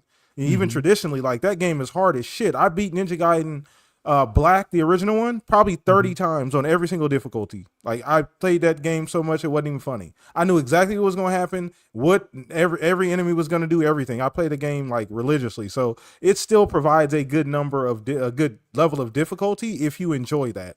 So I just think that it needs to come back. I like to see that because there was a huge hole. There was a ton of Souls-like games being made. There still are. People still trying to get the Elden Ring on. That's fine. I get it. But we need to balance this thing out, and I'm very, very happy to see that things are trending that direction too. Even with like the Dynasty Warriors game, games like that, even though they're not just hack and slash, there's a lot of other elements in that game. Like I said, Ninja Gaiden, and I do agree. I don't know if you guys agree with this. I do think this next Ninja Gaiden probably will be the most successful one. What do you think about that, Fuzz? You think that this will be probably the most successful Ninja Gaiden to date? I think it stands a good chance with it being in Game Pass. Yeah, I know that's supposed to cannibalize games, but I think the marketing behind it and the fact that it's going to be available on multiple platforms at launch, I think all of that hype and buzz around it will help it. Sure, it will probably do a couple million copies on Xbox. Maybe it'll do the same on PlayStation. I have a feeling it'll do even better on PC more than likely. But I think anytime something goes into Game Pass and people are talking about it in a game in a positive manner, it definitely helps spread the word. I mean, a good game is a good game no matter what. And Expedition 33 kind of showed that, and it did well despite being in Game Pass. So I think Ninja Gaiden stands that same good chance, especially with the word of mouth and people that are looking for that bit of nostalgia, but with modern day visuals and maybe a few modern day mechanics in it as well.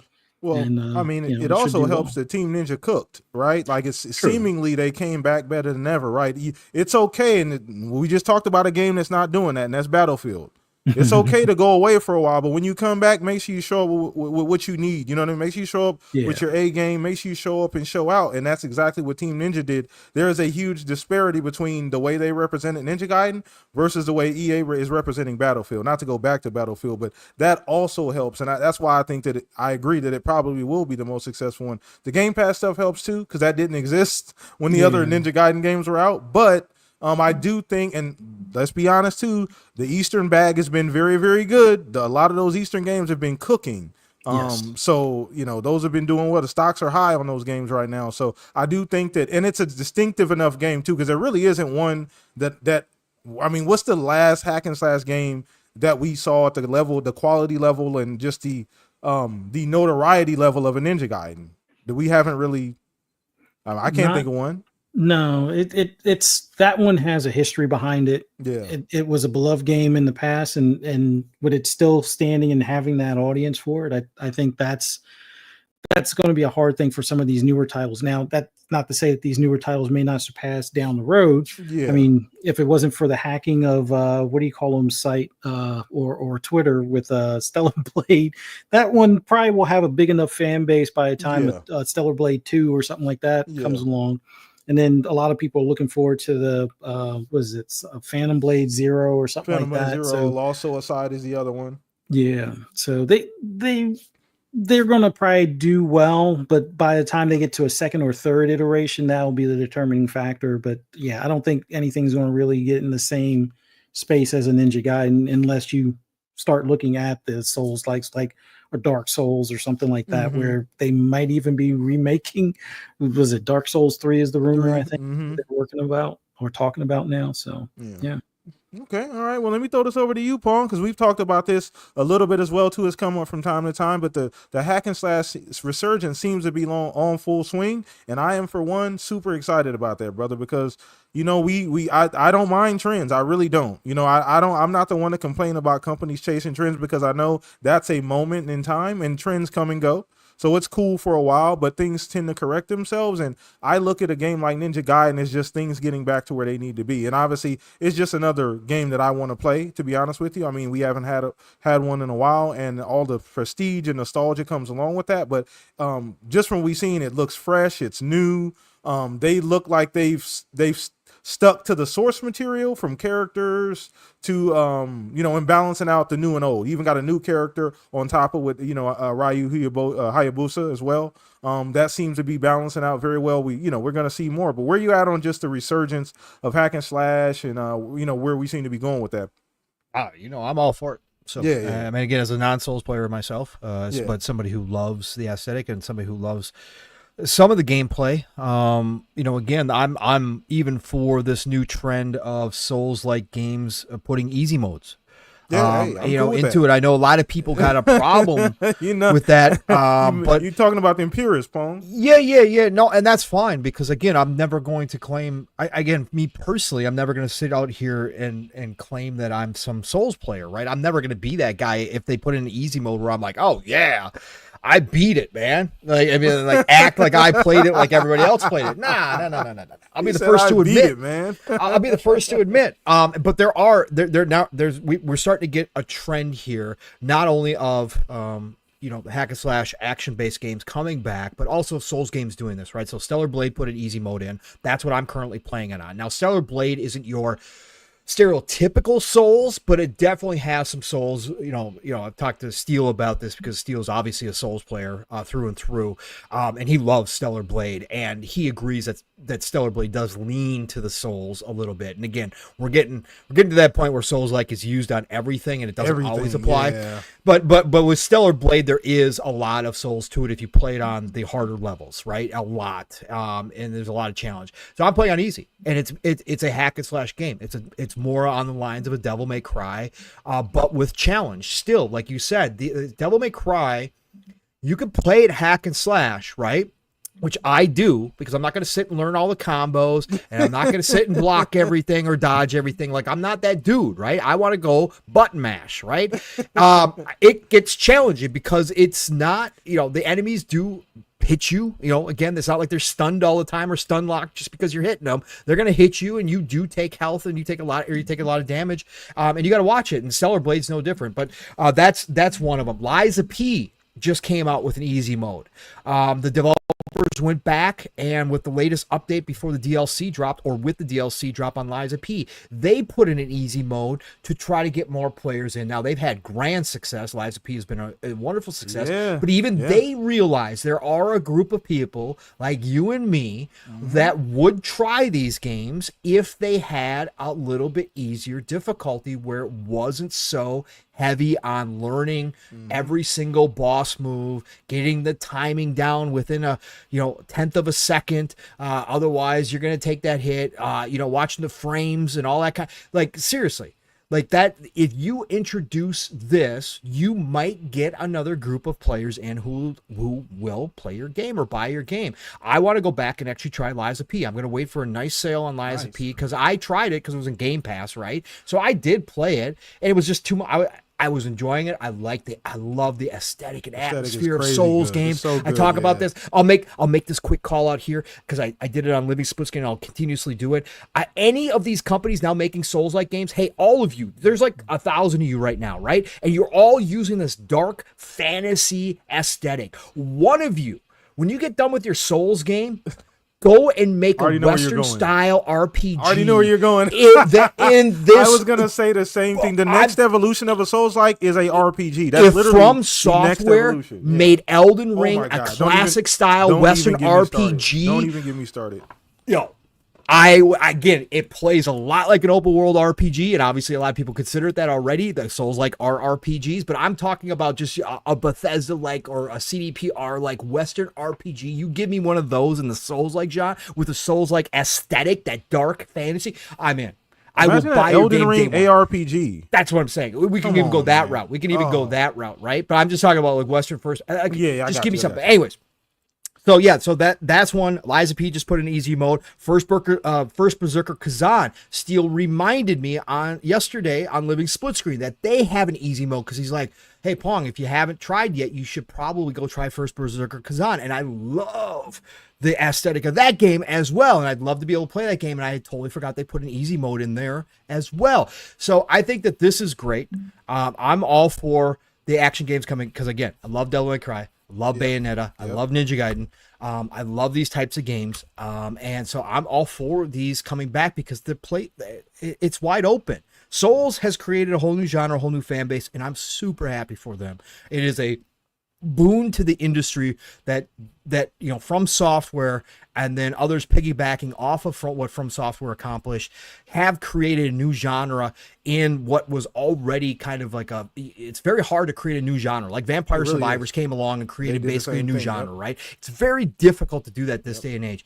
But they did. So I'm very happy, and I'm happy for all the challenge heavy people that absolutely love Souls-like games. There is nothing better than watching somebody stream Souls-like games and beat a boss. Like, you get the energy. They are fun to watch. And then you got these crazy people out here beating them on dance pads, beating them on VR mode, all playing kind of recorders, playing recorders and beating them. Like, I'm like, I can't even beat this. Like, I couldn't even beat a lot of the Elden Ring without Steel helping me. I couldn't beat a lot of the Elden Ring bosses, and I was sitting there I seen a dude do a no-hit run with no armor. Right. I'm like, what in the hell? And it took him like 80, 90 hours to do it or something. I'm like, this is insane. It's just so nuts. So I'm happy for that crew. But this was a forgotten genre. The action The hack and slash genre was a forgotten genre. It is what basically was the original Souls like. If you go back to Nintendo NES and Ninja Gaiden and all those kind of games back then, that was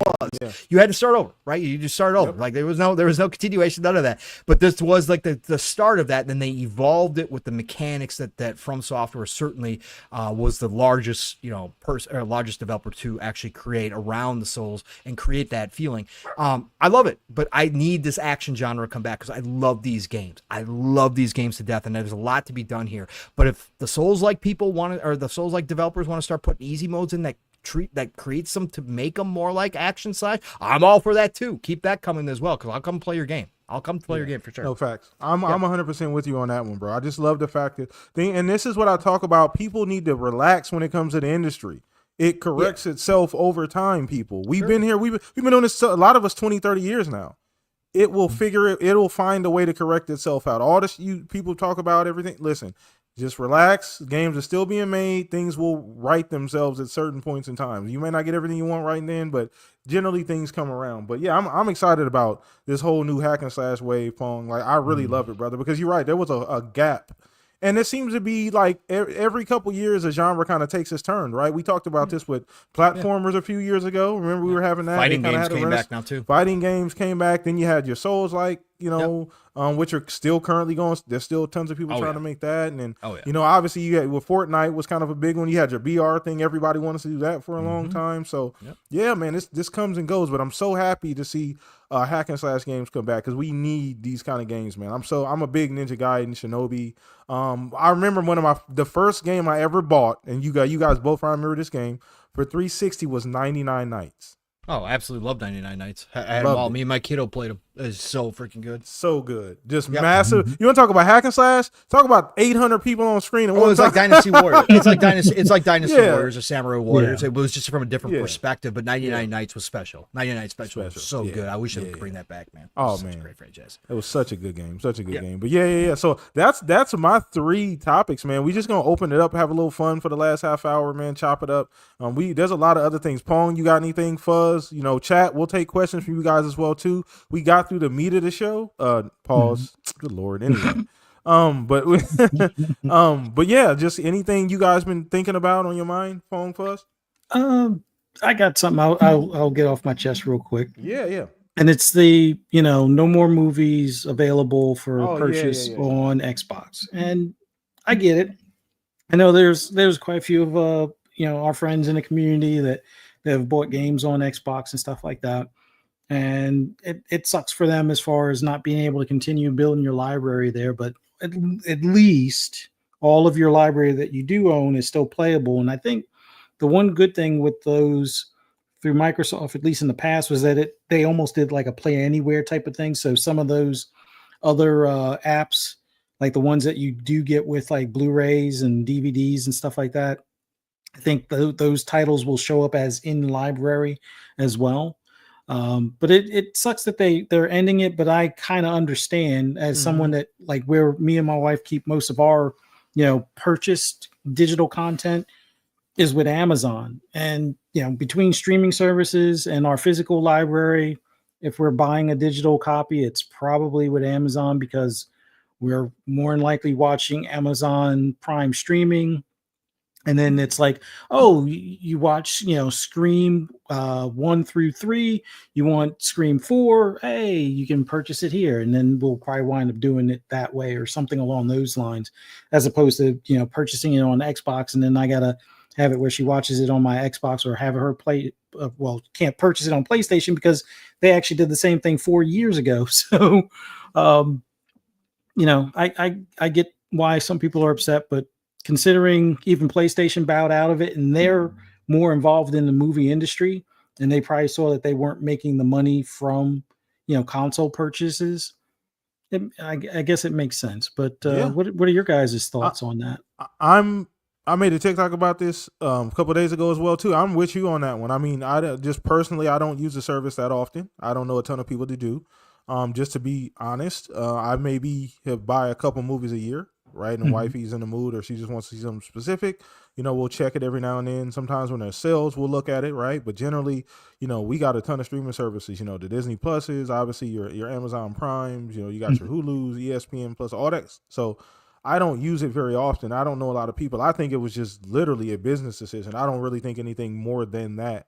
I don't think it was just bringing in the revenue that justified maintaining the service. I know that sounds super like cold and business-like, but I just think that that's honestly what happened. I don't know. I mean, there's some people who are, feel a certain way about it, and I do feel bad for those people that may lose some content, right? Some purchase content. But ultimately, like, I think by and large, I don't think it's a net loss for Xbox. Just to be honest with you, right? Like, I think people have enough streaming options at this point in time. I think people are already settled where they are as far as movies and TV. Ironically, actual like going to the movie seems to be picking back up as well too. Yeah. That seems to be a resurgence as well, right? Like people are actually going back out to the movies more often now. That seems to be picking up too. So I don't know how much that actually contributes, but I think that also plays a role in why people just don't, So, and I just think literally people turn their Xboxes on and it's probably 95% of the time is for a game or YouTube or something like that. Yeah. So I just don't think they were able to justify the maintenance of the service and on top of because you have to pay for those licenses to keep them on the service, right? They're not going to let you just have them sitting there for free. It's like, you know what I mean? Those are contractual things. They make deals to have these movies on the service and maintain the licenses for those movies, right? And the distribution of the movies, right? So if those costs outweigh what you're getting, you got a decision to make, and unfortunately, this is going to be one of the ones that like kind of fall off. So I don't really, it does suck for the people that got a ton of money into it, but I just don't really think that piece of the pie is big enough, to really, make a big deal about it. Understand. Pong, any thoughts on, the ending of movies being purchasable or rentable? Yeah, I mean, I'm not surprised. I mean, I did again when I talked to Steele and I talked about this too yesterday. It's just when you see PlayStation do it, like you brought up, Fuzzy. Sony's, obviously PlayStation's, one of their main pillars, but obviously movies and TV is their other main pillar. That's like such a big portion of who Sony is, and for them to pull their own movies and TV section off PlayStation a while back, I mean, that just goes to show you that, like, that's where we're at. And again, this is why I'm back to buying physical when it comes to movies, right? This is exactly why, because it's getting very apparent that outside of like Amazon, which is the only place that I would really trust, I don't think anybody in 2025 should be surprised at this point. And I don't think, again, you should realize when you purchase digital now, you're at high risk that storefront eventually goes away no matter what. And again, with games, I'm very well aware. Again, this is the argument that physical people have, and I'm cool with it. Like, I'm cool with the argument, and I'm cool with people saying, like, hey, this should not be going away. I think we're too late. I think it's happening no matter what. But we all have to understand that this is the reality of digital. Going all digital is that if these companies decide that they no longer want to support that content or keep those storefronts open, they're just going to disappear. And, right now, for the time being, Xbox is saying that your content is still available. Could that eventually go away? Am I going to sit here and say that, 50 years from now, you're still going to be able to watch your Xbox movies if you're still alive? No, I'm not. I'm not going to say that because I don't believe that's the case. But that's, I think we all just have to come to the understanding this is kind of the sacrifice we've made going all digital, and it sucks. And this is why the anti-government guy right here, right? Me, the guy who does not want the government, I want the smallest government possible.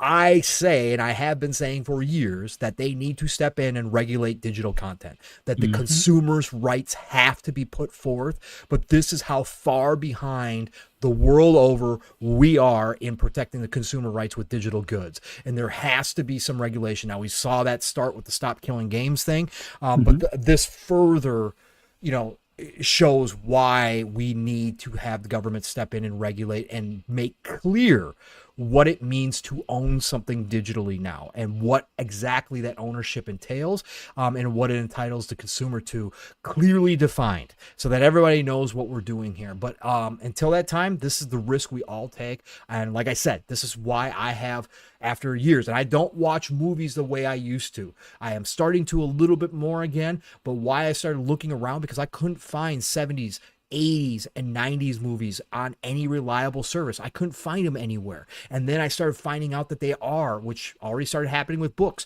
starting to censor these movies when they stream them, right? I found out about Crocodile Dundee wiping out a 2-minute section that they find transphobic nowadays because, now we don't want that in the movie. No.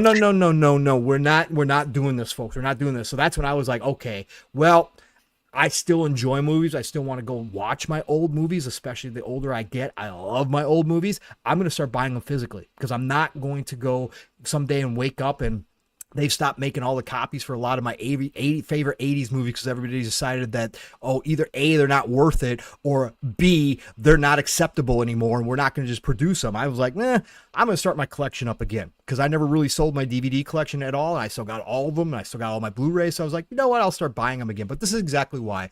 But I'm not surprised about it. It sucks for the people that were heavily invested in it. I just can't picture, like, I was trying to think of, like, why would you ever think that Xbox, like, out of all the places you can buy digital and start your library, like I said, Amazon would be the only one that I consider like too big. Like, they're always going to be in that game. Like, I don't see them getting out of the digital game. So I would trust more Amazon than anything to buy my digital purchases through. But why would you think that Xbox was the place to buy your movies and TV all the time? You know, that I have some because of sales, right? I have a couple of, same. I think I've got the Indiana Jones trilogy, or the Indiana Jones complete series, the Star Wars complete series, because they made some mistakes in their pricing. And shout out to Wario64, who always posts them, and I go in there and grab them if I could. So I do have some movies in there, but very little. But I would never consider that, if I was going to start a digital library, like, oh yeah, I'm going to focus on Xbox and put all my eggs in that basket. Like, that just wouldn't be the storefront I would think to do it in. But I just don't think enough people use the service as well enough. I just don't think it gets enough attention, enough engagement, right? Like, the means justify the end. So if you think about a part of the live service that probably would get cut, like, it would be that one, TVs and movies, right? Like, and like I said before, it's not, they don't keep them licenses aren't free. They don't, that stuff doesn't get marketed and posted there for free.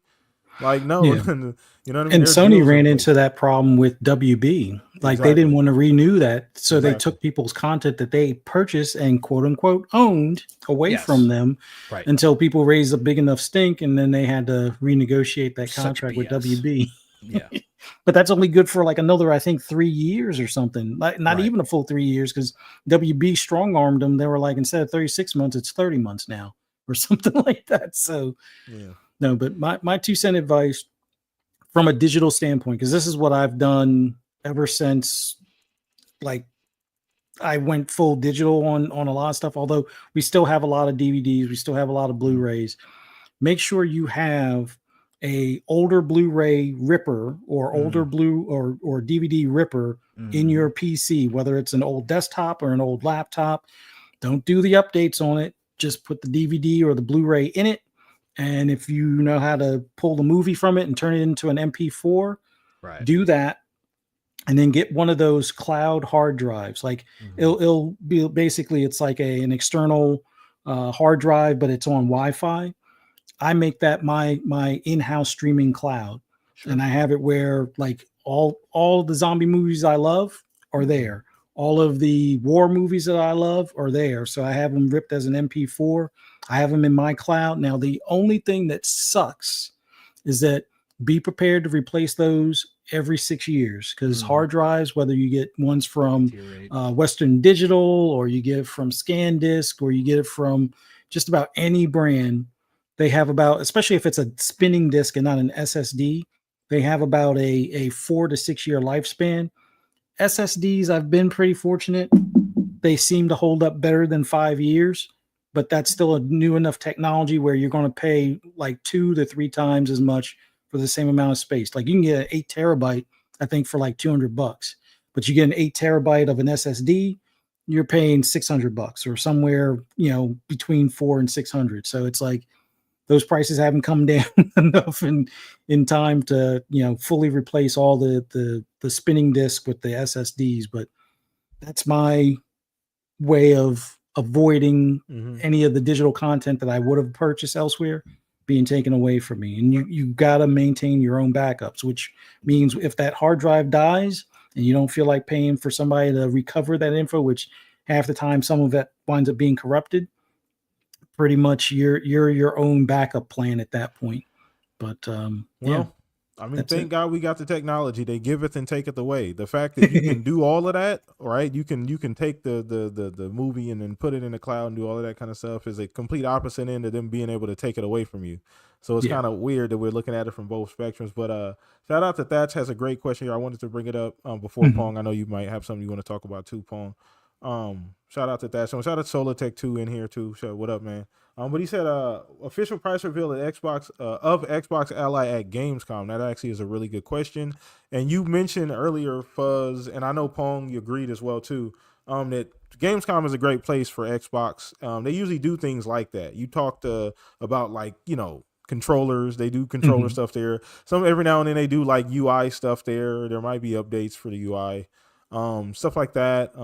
So it does fit. It makes sense, right? Yeah. From a timing standpoint, it's a good time of the year. Enough eyes are on Gamescom. Gamescom is an important event. Yeah, it's not on US soil, but it's a big event. It's actually by number bigger than E3 was. Yeah. I believe because it was public versus E3 not being public for a long time, it was more of a private press only show. Yeah. And Gamescom has always been public. It's always been fully, you can just come and buy a ticket, I believe, right? You can just show up and buy your way into the actual event. You don't need like some kind of pass or anything like that. So where were you guys at on that possibly happening at Gamescom? I think it stands a good chance. Hardware pricing seems like a good idea. I know the pricing that leaked. I still don't believe it's a 1-to-1 euro to dollar conversion, because that would put the X at 1050. I don't want to get political on it, but if the tariffs remain paused, I'm expecting 600 and 800 for the prices. Maybe 700 and 900, but I think that's more if the tariffs get unpaused. Even though technically, since these are PCs, they should have certain exclusions, but I don't know if that exclusion was mixed in with the pause or if it was an exclusion before the pause. So we'll have to see if ROG or Asus qualifies anything with an APU as a PC, so it should get excluded, like some of the video cards and CPUs and things like that. But yeah, I would love to see that pricing. Fingers still crossed. 600 for the white one, 800 for the black one. I might wind up picking up the black one to replace my Steam Deck, but if it winds up being closer to the 1,000, yeah, I'm going to have to wait. I'll wait probably a year when the price drops, because at least with PC handhelds, the price do drop, unlike consoles have over these past couple of years. Okay, Bone, where you at on that? I mean, yeah, if you're just asking if it's a good spot to probably announce the pricing, yeah, obviously if they're planning on releasing it soon, yeah, for sure. I mean, it's a great spot. Gamescom's great. As far as the pricing itself goes, nobody should be surprised. I don't know why people are acting surprised about this. I don't, like I said, this is the part that I always scratch my head with the community, especially with the people who are constantly on X, on Twitter, seemingly speaking about all sorts of things, and yet when something like this pops up, it's like they have no clue. I'm just like, what do you guys think? This is cutting edge technology. Like, this is going to be their new chip, the Z2 Extreme. Like, this is going to have double the memory of the original, or whatever the case may be. We're still talking about a tech that's in its infancy when it comes to handheld PCs. We're still talking about the cost to shrink down that tech to get it into that form factor, and we're still talking about battery life still not being where it needs to be for the long haul when it comes to these things. But if you thought they were going to make some cheap device that was going to be able to run Xbox games natively, AAA games, any publishers AAA games natively, you're nuts. Like, why would you do it? You wouldn't want a system that runs the new Doom at 10 frames. Like, you're not going to play that. You're not going to buy that system. Like, this is just dumb. But people still up in arms over the prices. Going forward, listen, something could surprise, but Xbox is not going to subsidize pricing anymore. They're done. And when it comes to hardware, they're not going to subsidize anything. That includes their next gen next to the TV box. Whenever that happens, there's word on the street that it's going to be 2027, but that we're going to see some third parties make a box next year first. So whatever the case may be, they're not going to subsidize anymore. They're not going to take losses on this stuff. They're done with that.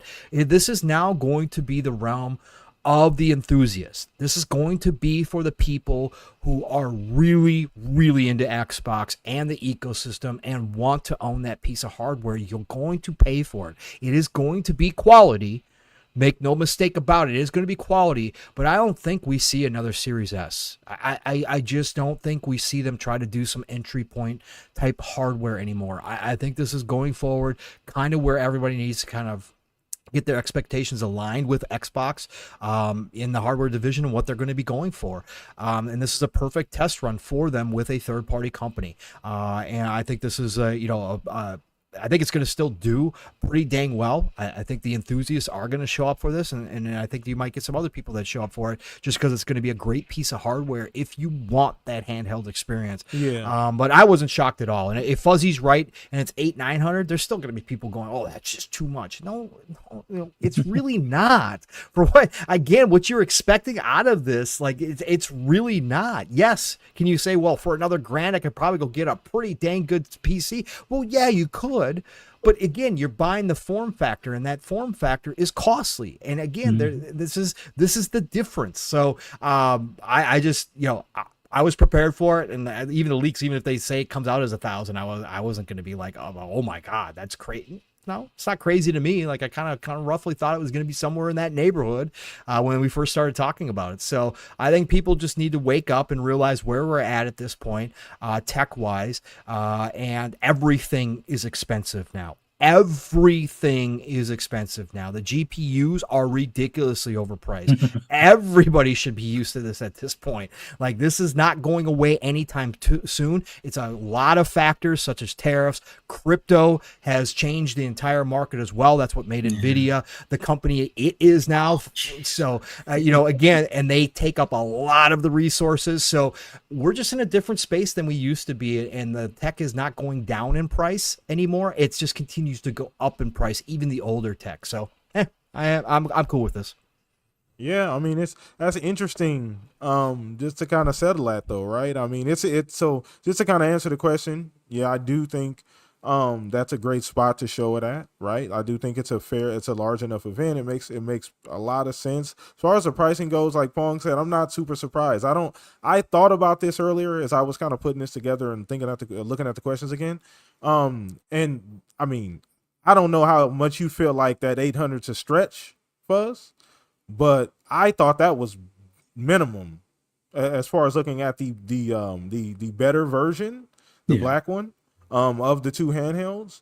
And like Pong said, like realistically, you got to think about what are we asking this thing to do versus like how much are we expecting this to cost? Because if you look at, I don't know, the handhelds that perform essentially in that tier that could possibly do what this one's going to do, they're probably going to be upwards of that. Probably at right now, they're probably more expensive. There's a few handhelds that are $1,100-$1,200 right now that are perform pretty well, and they're not as advanced as this one, I don't believe. So I just, like Pong said, I'm not surprised. I'm not surprised at the price at all, versus what we're expecting this thing to do.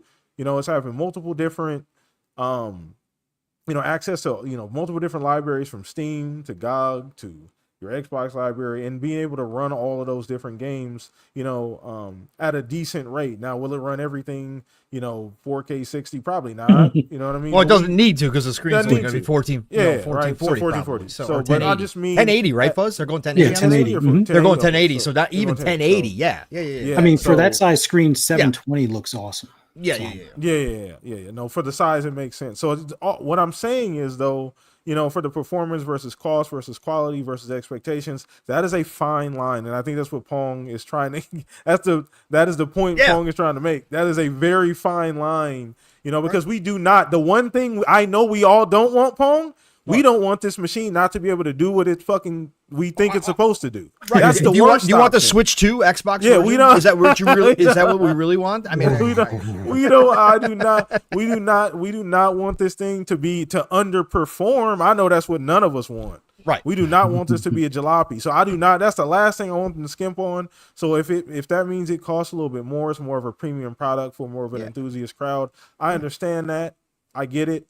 And I think just generally the fact that it is a handheld Xbox virtually, I think that alone, I think provides a lot of intrigue too, because this is their first one, right? They've never done this before. So I think that's interesting enough on its own to get people into it. And I really think that it's going to get good reviews. I really think it's going to be a good performing machine. That goes a long way. Yep. If, you get in the right people's hands, enough people say, man, this thing actually punches, it actually performs the way they say it is, or maybe even slightly better.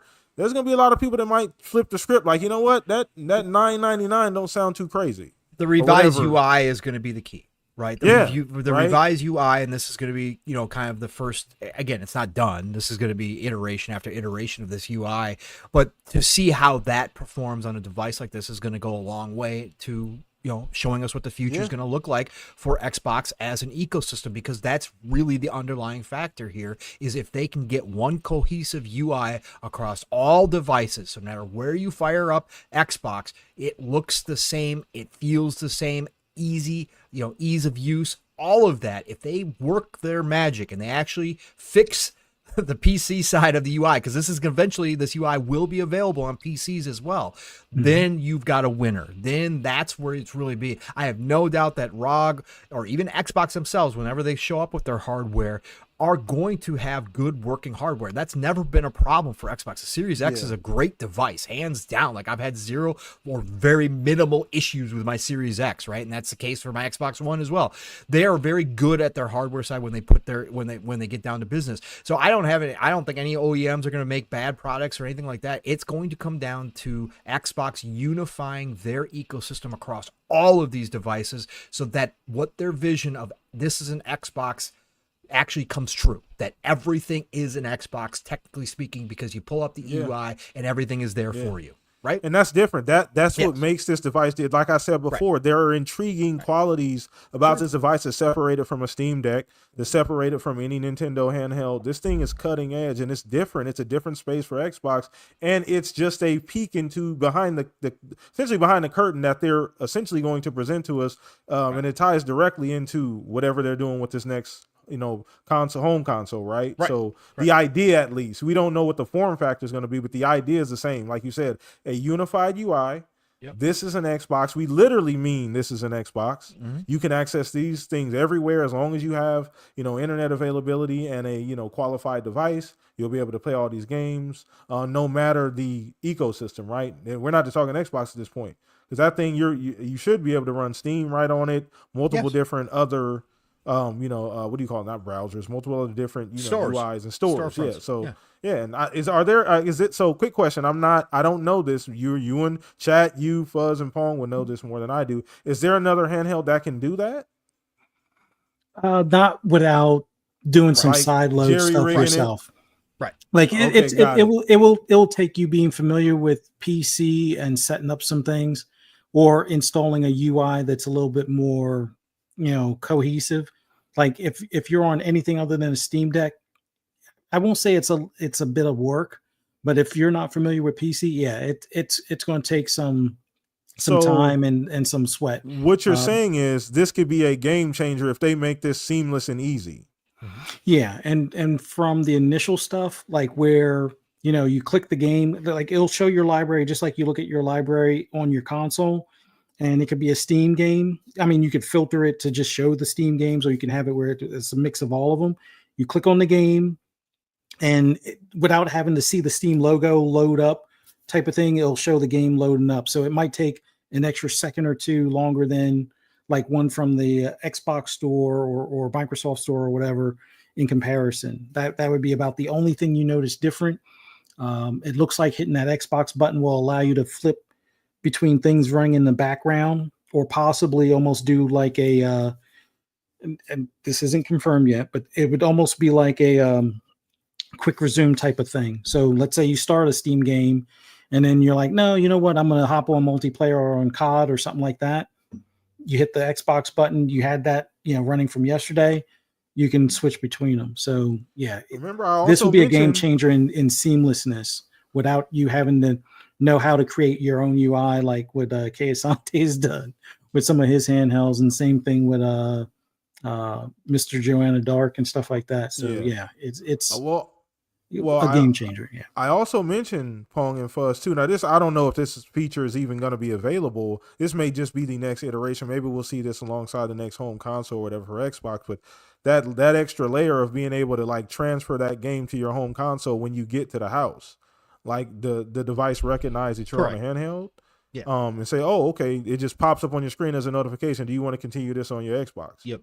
And you just pick up the controller. Yep, sure, boop, and then boop, you pick same game, same spot, same. It's the ultimate version of quick resume. Yep. Yeah. Ultimate version. Right. Yep. Yeah. It's the ultimate version where, because again, it's going to be the same version of that game across all devices as well. That's what they're going for, right? So that's the next iteration of quick resume, I believe, because they talked about bringing quick resume to PC as well, right? So I think that's the dream that I started talking about too. We used to talk about this when trying to envision what Xbox was going for. That's when I go, maybe I'll pick up a handheld. Like maybe, like if that seamless kind of quality is there between everything, it's already great between my console and PC, right? There's a very minimal period where it loads the cloud saves, right, and confirms that the cloud saves are where they're at, and I pick up where my game is off. But if I literally can have the game on pause and it's recognized when I walk into the house through my Wi-Fi that game is on hold on my handheld, and I can just turn on my TV, click the controller, and it says say yes, and all of a sudden it transfers that game right where I was into, right,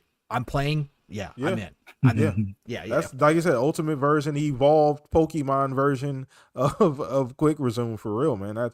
I think that's a and like you guys, I think you just painted the picture too, Fuzz, about the fact that there's no handheld that even does that without you jerry rigging it and knowing and have some kind of like damn near, background on being able to do that. You have some kind of tech skill or some kind of skill to be able to do that. It's not something that can be easily done. So the fact that if they're able to pull that off, make it easy, make it seamless, you literally just switch between games, no problem. That in itself is a pretty big step, right? Mm-hmm. Yeah, and I think that will be the thing, even though the price might shock a few, I think that will be the biggest factor. That ease or convenience will be where the value, they'll feel that instantly. And I've gone on record before saying even the one in white is a worthwhile device. Like if you haven't looked at the Steam Deck, or if you've been on the fence on something like the Steam Deck, the one in white is going to outdo the current model Steam Decks. Now it's not going to have an OLED screen, but from a power output standpoint, it is a generation ahead of where the Steam Deck is currently. I was literally just going to ask you guys that, but you just answered my question. So I would say if the $600 or $700 range of the one in white seems more doable, I say it's a worthwhile deal, because the key thing is, and although I know some of the PC elite will give me some pushback on it, you can dock this. Now, will there be an official dock? We'll see, but there's tons of them on Amazon, ranging from $40 to up to $150. Now, the $150 is mainly for the enthusiast that might eventually hook a video card to it, which those are possibilities to keep it, I wouldn't say future-proof it, but to, have it grow with the upcoming games. Like that's a little bit on the higher end things. And at that point, you're probably already a tinkerer. So this would be like a second handheld more than likely if you're doing that type of stuff. But even if you go with like the $40 dock, that can hook it to a TV or to a monitor, and you can hook things like a keyboard and mouse to it. I'm not saying it could replace a gaming rig, but it would be a good go in between for that. Now, are the frame rates going to be as sharp without you having to do some tinkering? Probably not. You might be topped out at 40 based on the TDD or whatever they call it as far as the way it's set. But if you go in there and I'm pretty sure the key thing on this, what they're doing with the Windows 11, is making the behind the scenes stuff for battery life and for the visuals and frame rate and all that stuff a little bit easier to tweak than with the what is that called? Armory Crate, which was what was on ROG Ally and a lot of these other handhelds that were running Windows before. You would use Armory Crate to basically adjust those settings. Well, they're supposedly going in there to make it easier, much like the way the Steam Deck is set, where it's like, oh, I want 40 frames. I want, maybe more battery power for games that are less visually intense. And you can kind of lock those settings to extend your battery life, or lock those settings to keep a consistent 30 frames or 60 frames or something like that on a lot of the games. With that being said, when you hook it to a dock and play it on your TV, well, if you want to lock it to 60, it might be like Series S level visuals in comparison at that point, but you're going to have that stay frame rate. But if you want all the bells and whistles that the thing can deliver and then have that pushed to your TV, you might have to make sure your TV is one of those that can do the 120 hertz and do the 40 frames. So that way it feels like 60, but looks like, you're in, quality mode or something like that. So you have that potential with these handhelds. Even the one in white can do that type of stuff. But once again, that's extra hardware that you're going to have to buy, being that dock. And you can, like I said, go to Amazon, look up, handheld PC docks or hubs. Basically, it's a USB-C hub. They'll power it. You can hook a keyboard and mouse to it, or you can wire it to an HDMI for a TV, or a monitor plug for your 144 hertz monitor if you have one of those as well. So it's versatile. It's what I do with my Steam Deck now.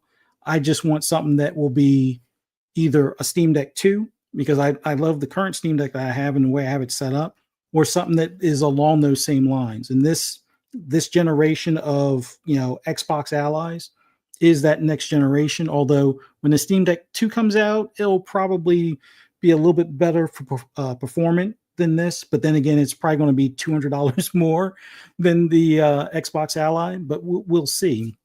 But per Steam or per Valve, the Steam Deck 2 might not come out until late next year. So it might be a full year behind, but then that's Valve kind of seeing what their competition's like, and then possibly, outdoing them in certain areas where they can, depending on what they're working with AMD. So it's a worthwhile device, either way you look at it.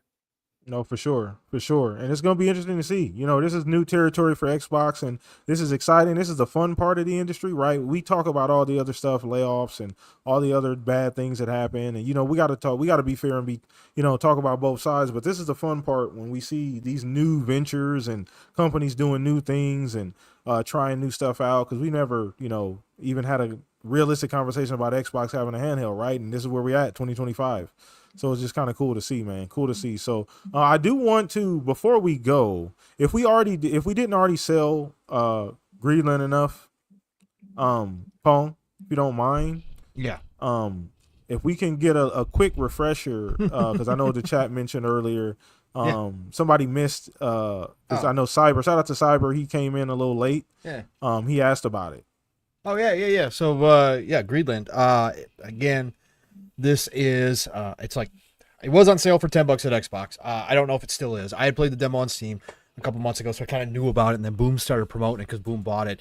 If you are a Vampire Survivors fan, absolutely pick this game up, 1,000%. It is it's obviously not an 8-bit style like we get with Vampire Survivors. This is more modern. Think Helldivers 1. This is a sci-fi based Vampire Survivors, dudes and dudettes in suits. So you got different classes of suits that obviously have different abilities and have different stats for your speed, for your armor, etc. Everything in this game is upgradable. Your armor is upgradable. Your weapons are upgradable. Your secondary equipment is upgradable. Your mods are upgradable. Everything is upgradable. You're constantly earning experience points and kind of cash, or whatever you want to call it, too, that you spend towards those upgrades, and you can decide what you want to upgrade. You also are leveling up, which opens up more and more items and abilities as well. So this is a continuously rewarding game nonstop. There are 3 main biomes. Each biome has 15 to 20 different levels in it. This is a very deep game. So the action is freaking fantastic. Every weapon feels unique. The secondary equipment that you get are freaking awesome. Again, there's even drops that happen where they do airdrops on the field, and you pick those up, and you get a temporary cluster bomb in a certain area that bombs everything, that helps you out. And you get missions, and there's submissions in each level as well, help you earn more experience points.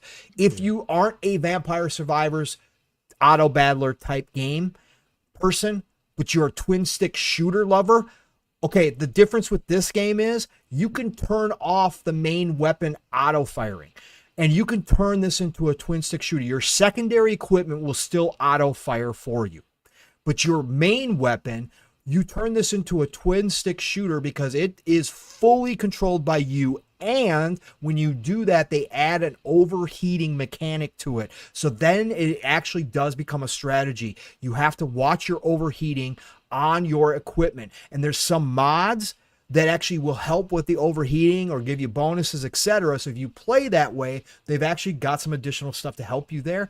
So this game turns into a totally different game, a lot like Helldivers 1.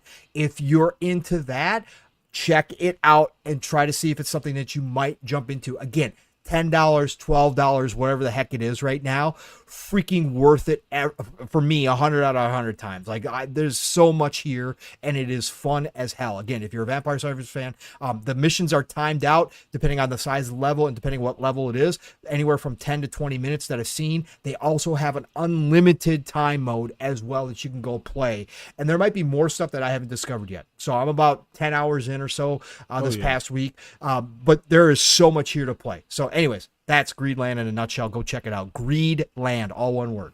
Yeah, go check it out, man. If you're not sold on the game already, hopefully that did sell you on the game. Yeah, so it's one of them games like you said, Vampire Survivor. If you're in it, if you're not into it, go support.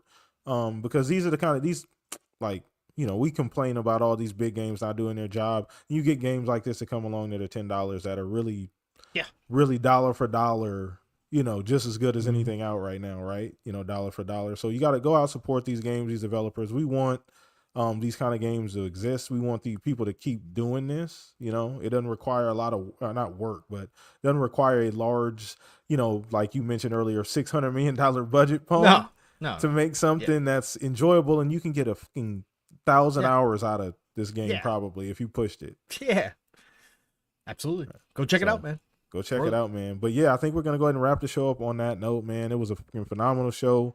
The Shop Podcast 364 in the bag, man. It always feels good doing this, man. So I appreciate you two so much, my right hand, man. You guys go follow them. All the information in the description below. Please go support all the other videos. We will be back this coming Sunday, same time, same place. But before we wrap things up, let me let my fellas go ahead and get the outros in, man. We're going to start with you, Pong. Another one in the bag, man. Glad to have you again this week. It's always a privilege and honor, and I'm super humble about doing this show every chance I get to do it. So, especially with my brothers. So, man, appreciate you being on. But, yeah, let everybody know what's going on with you.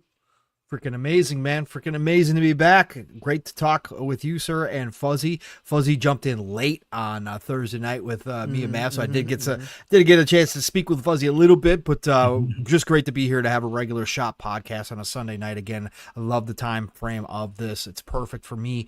And so thank you, guys, for being here, and obviously thank you, chat, for showing up again. Solar Tech is Greedland. Soil Tech, he said, what's the name of the game again? Is there a link? Greedland. Is there a link that anybody can drop Pong Fuzz in the chat? Yeah, let me see. I don't know the Xbox you want to grab that Fuzz or whatever. Yeah, you can Fuzz it out of the Xbox store. Steam. What are you looking for it on? Soil Tech, Steam, Xbox. I guess it don't really. You might be able to access it. Yeah, I'm showing for the Xbox One. Because I think that's where it's on sale right now. Or wait, no, the sale may have ended. It may have ended. That's why I said it's only it was 20%, so it's still only like $12 or $13, something like crazy. Something like that. Yeah, but anyways, so but yeah, no, thank you, chat, for showing up and getting kind of used to us getting back on Sunday nights. Obviously, we had to miss last week again, but we are back. So it's great to have the shop back and great to see you guys coming out and more people coming out each and every week again. Otherwise, you guys know how to follow me, Pong Soul, everywhere. Follow me, I'll follow you back. Otherwise, my week starts again on Thursday night over on the Fun Speculation Network. And it's me and Mav again, but the family rolls on through as they can. Like I said, Fuzzy jumped in late. 3-bit jumped in late. It went from me and Mav to them two. We don't have PM and the PM really more because Mav only does one show a week. So I let him take the lead chair back, but we still kind of have that same vibe. So, but we just have the family roll through. So, but we have a great time on Thursday nights. It starts at 8 p.m. Eastern, 7 o'clock Central Time. The Fun Speculation Network be there on Thursdays. And then, of course, Saturday mornings, it's Living Split Screen. Myself, my brother from another Steel Rain, we go live raw and uncut, 10 a.m. Eastern, 9 o'clock Central Time, 3+ hours.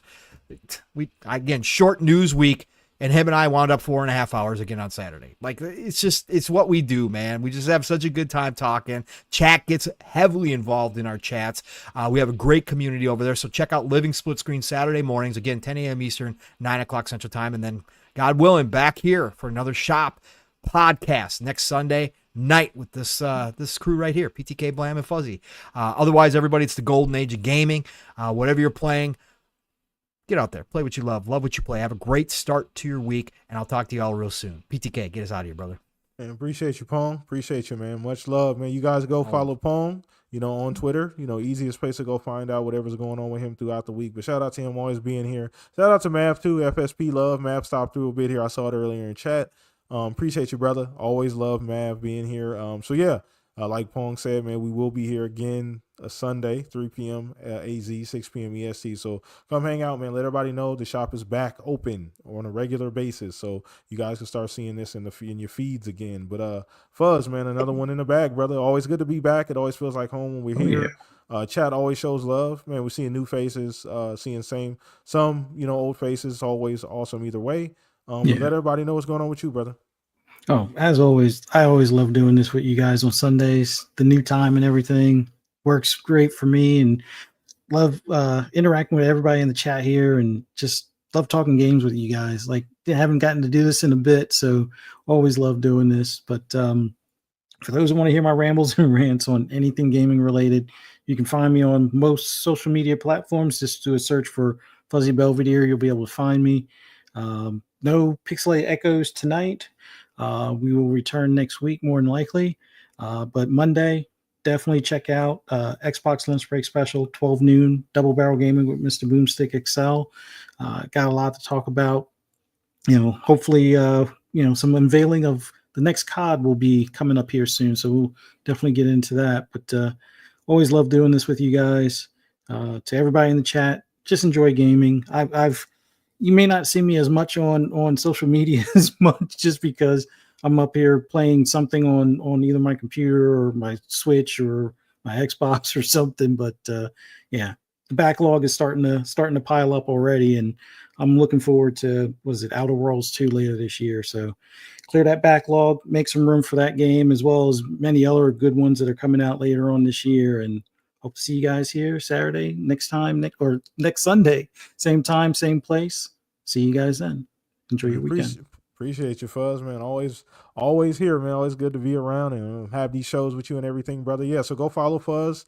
Easiest place. He already told you. Put Fuzzy over there in the search. Everything will pop up there, man. But your boy PTK Blam, the host here at the Shop Podcast. Always good to be back, man. I appreciate the love and support. I know things do have to build back up slowly, so it will. It's going to be better than ever, but I appreciate everybody being here. Everybody that does show and watch on the replay, tweet, likes, go check out the TikTok as well. That information is there. I post all the time now, so you guys can check your boy out there, and I appreciate the support. But, man, same show, same time, same place next Sunday, 3 p.m. AZ. And then 6 p.m. EST, check us out. But you guys enjoy the rest of your weekend. Like they said, please go play some games. There's plenty to play. Doesn't matter what on. Just go do that. Have fun. Enjoy each other. Be humble. Enjoy your week. Be safe. Peace out, everybody. Much love.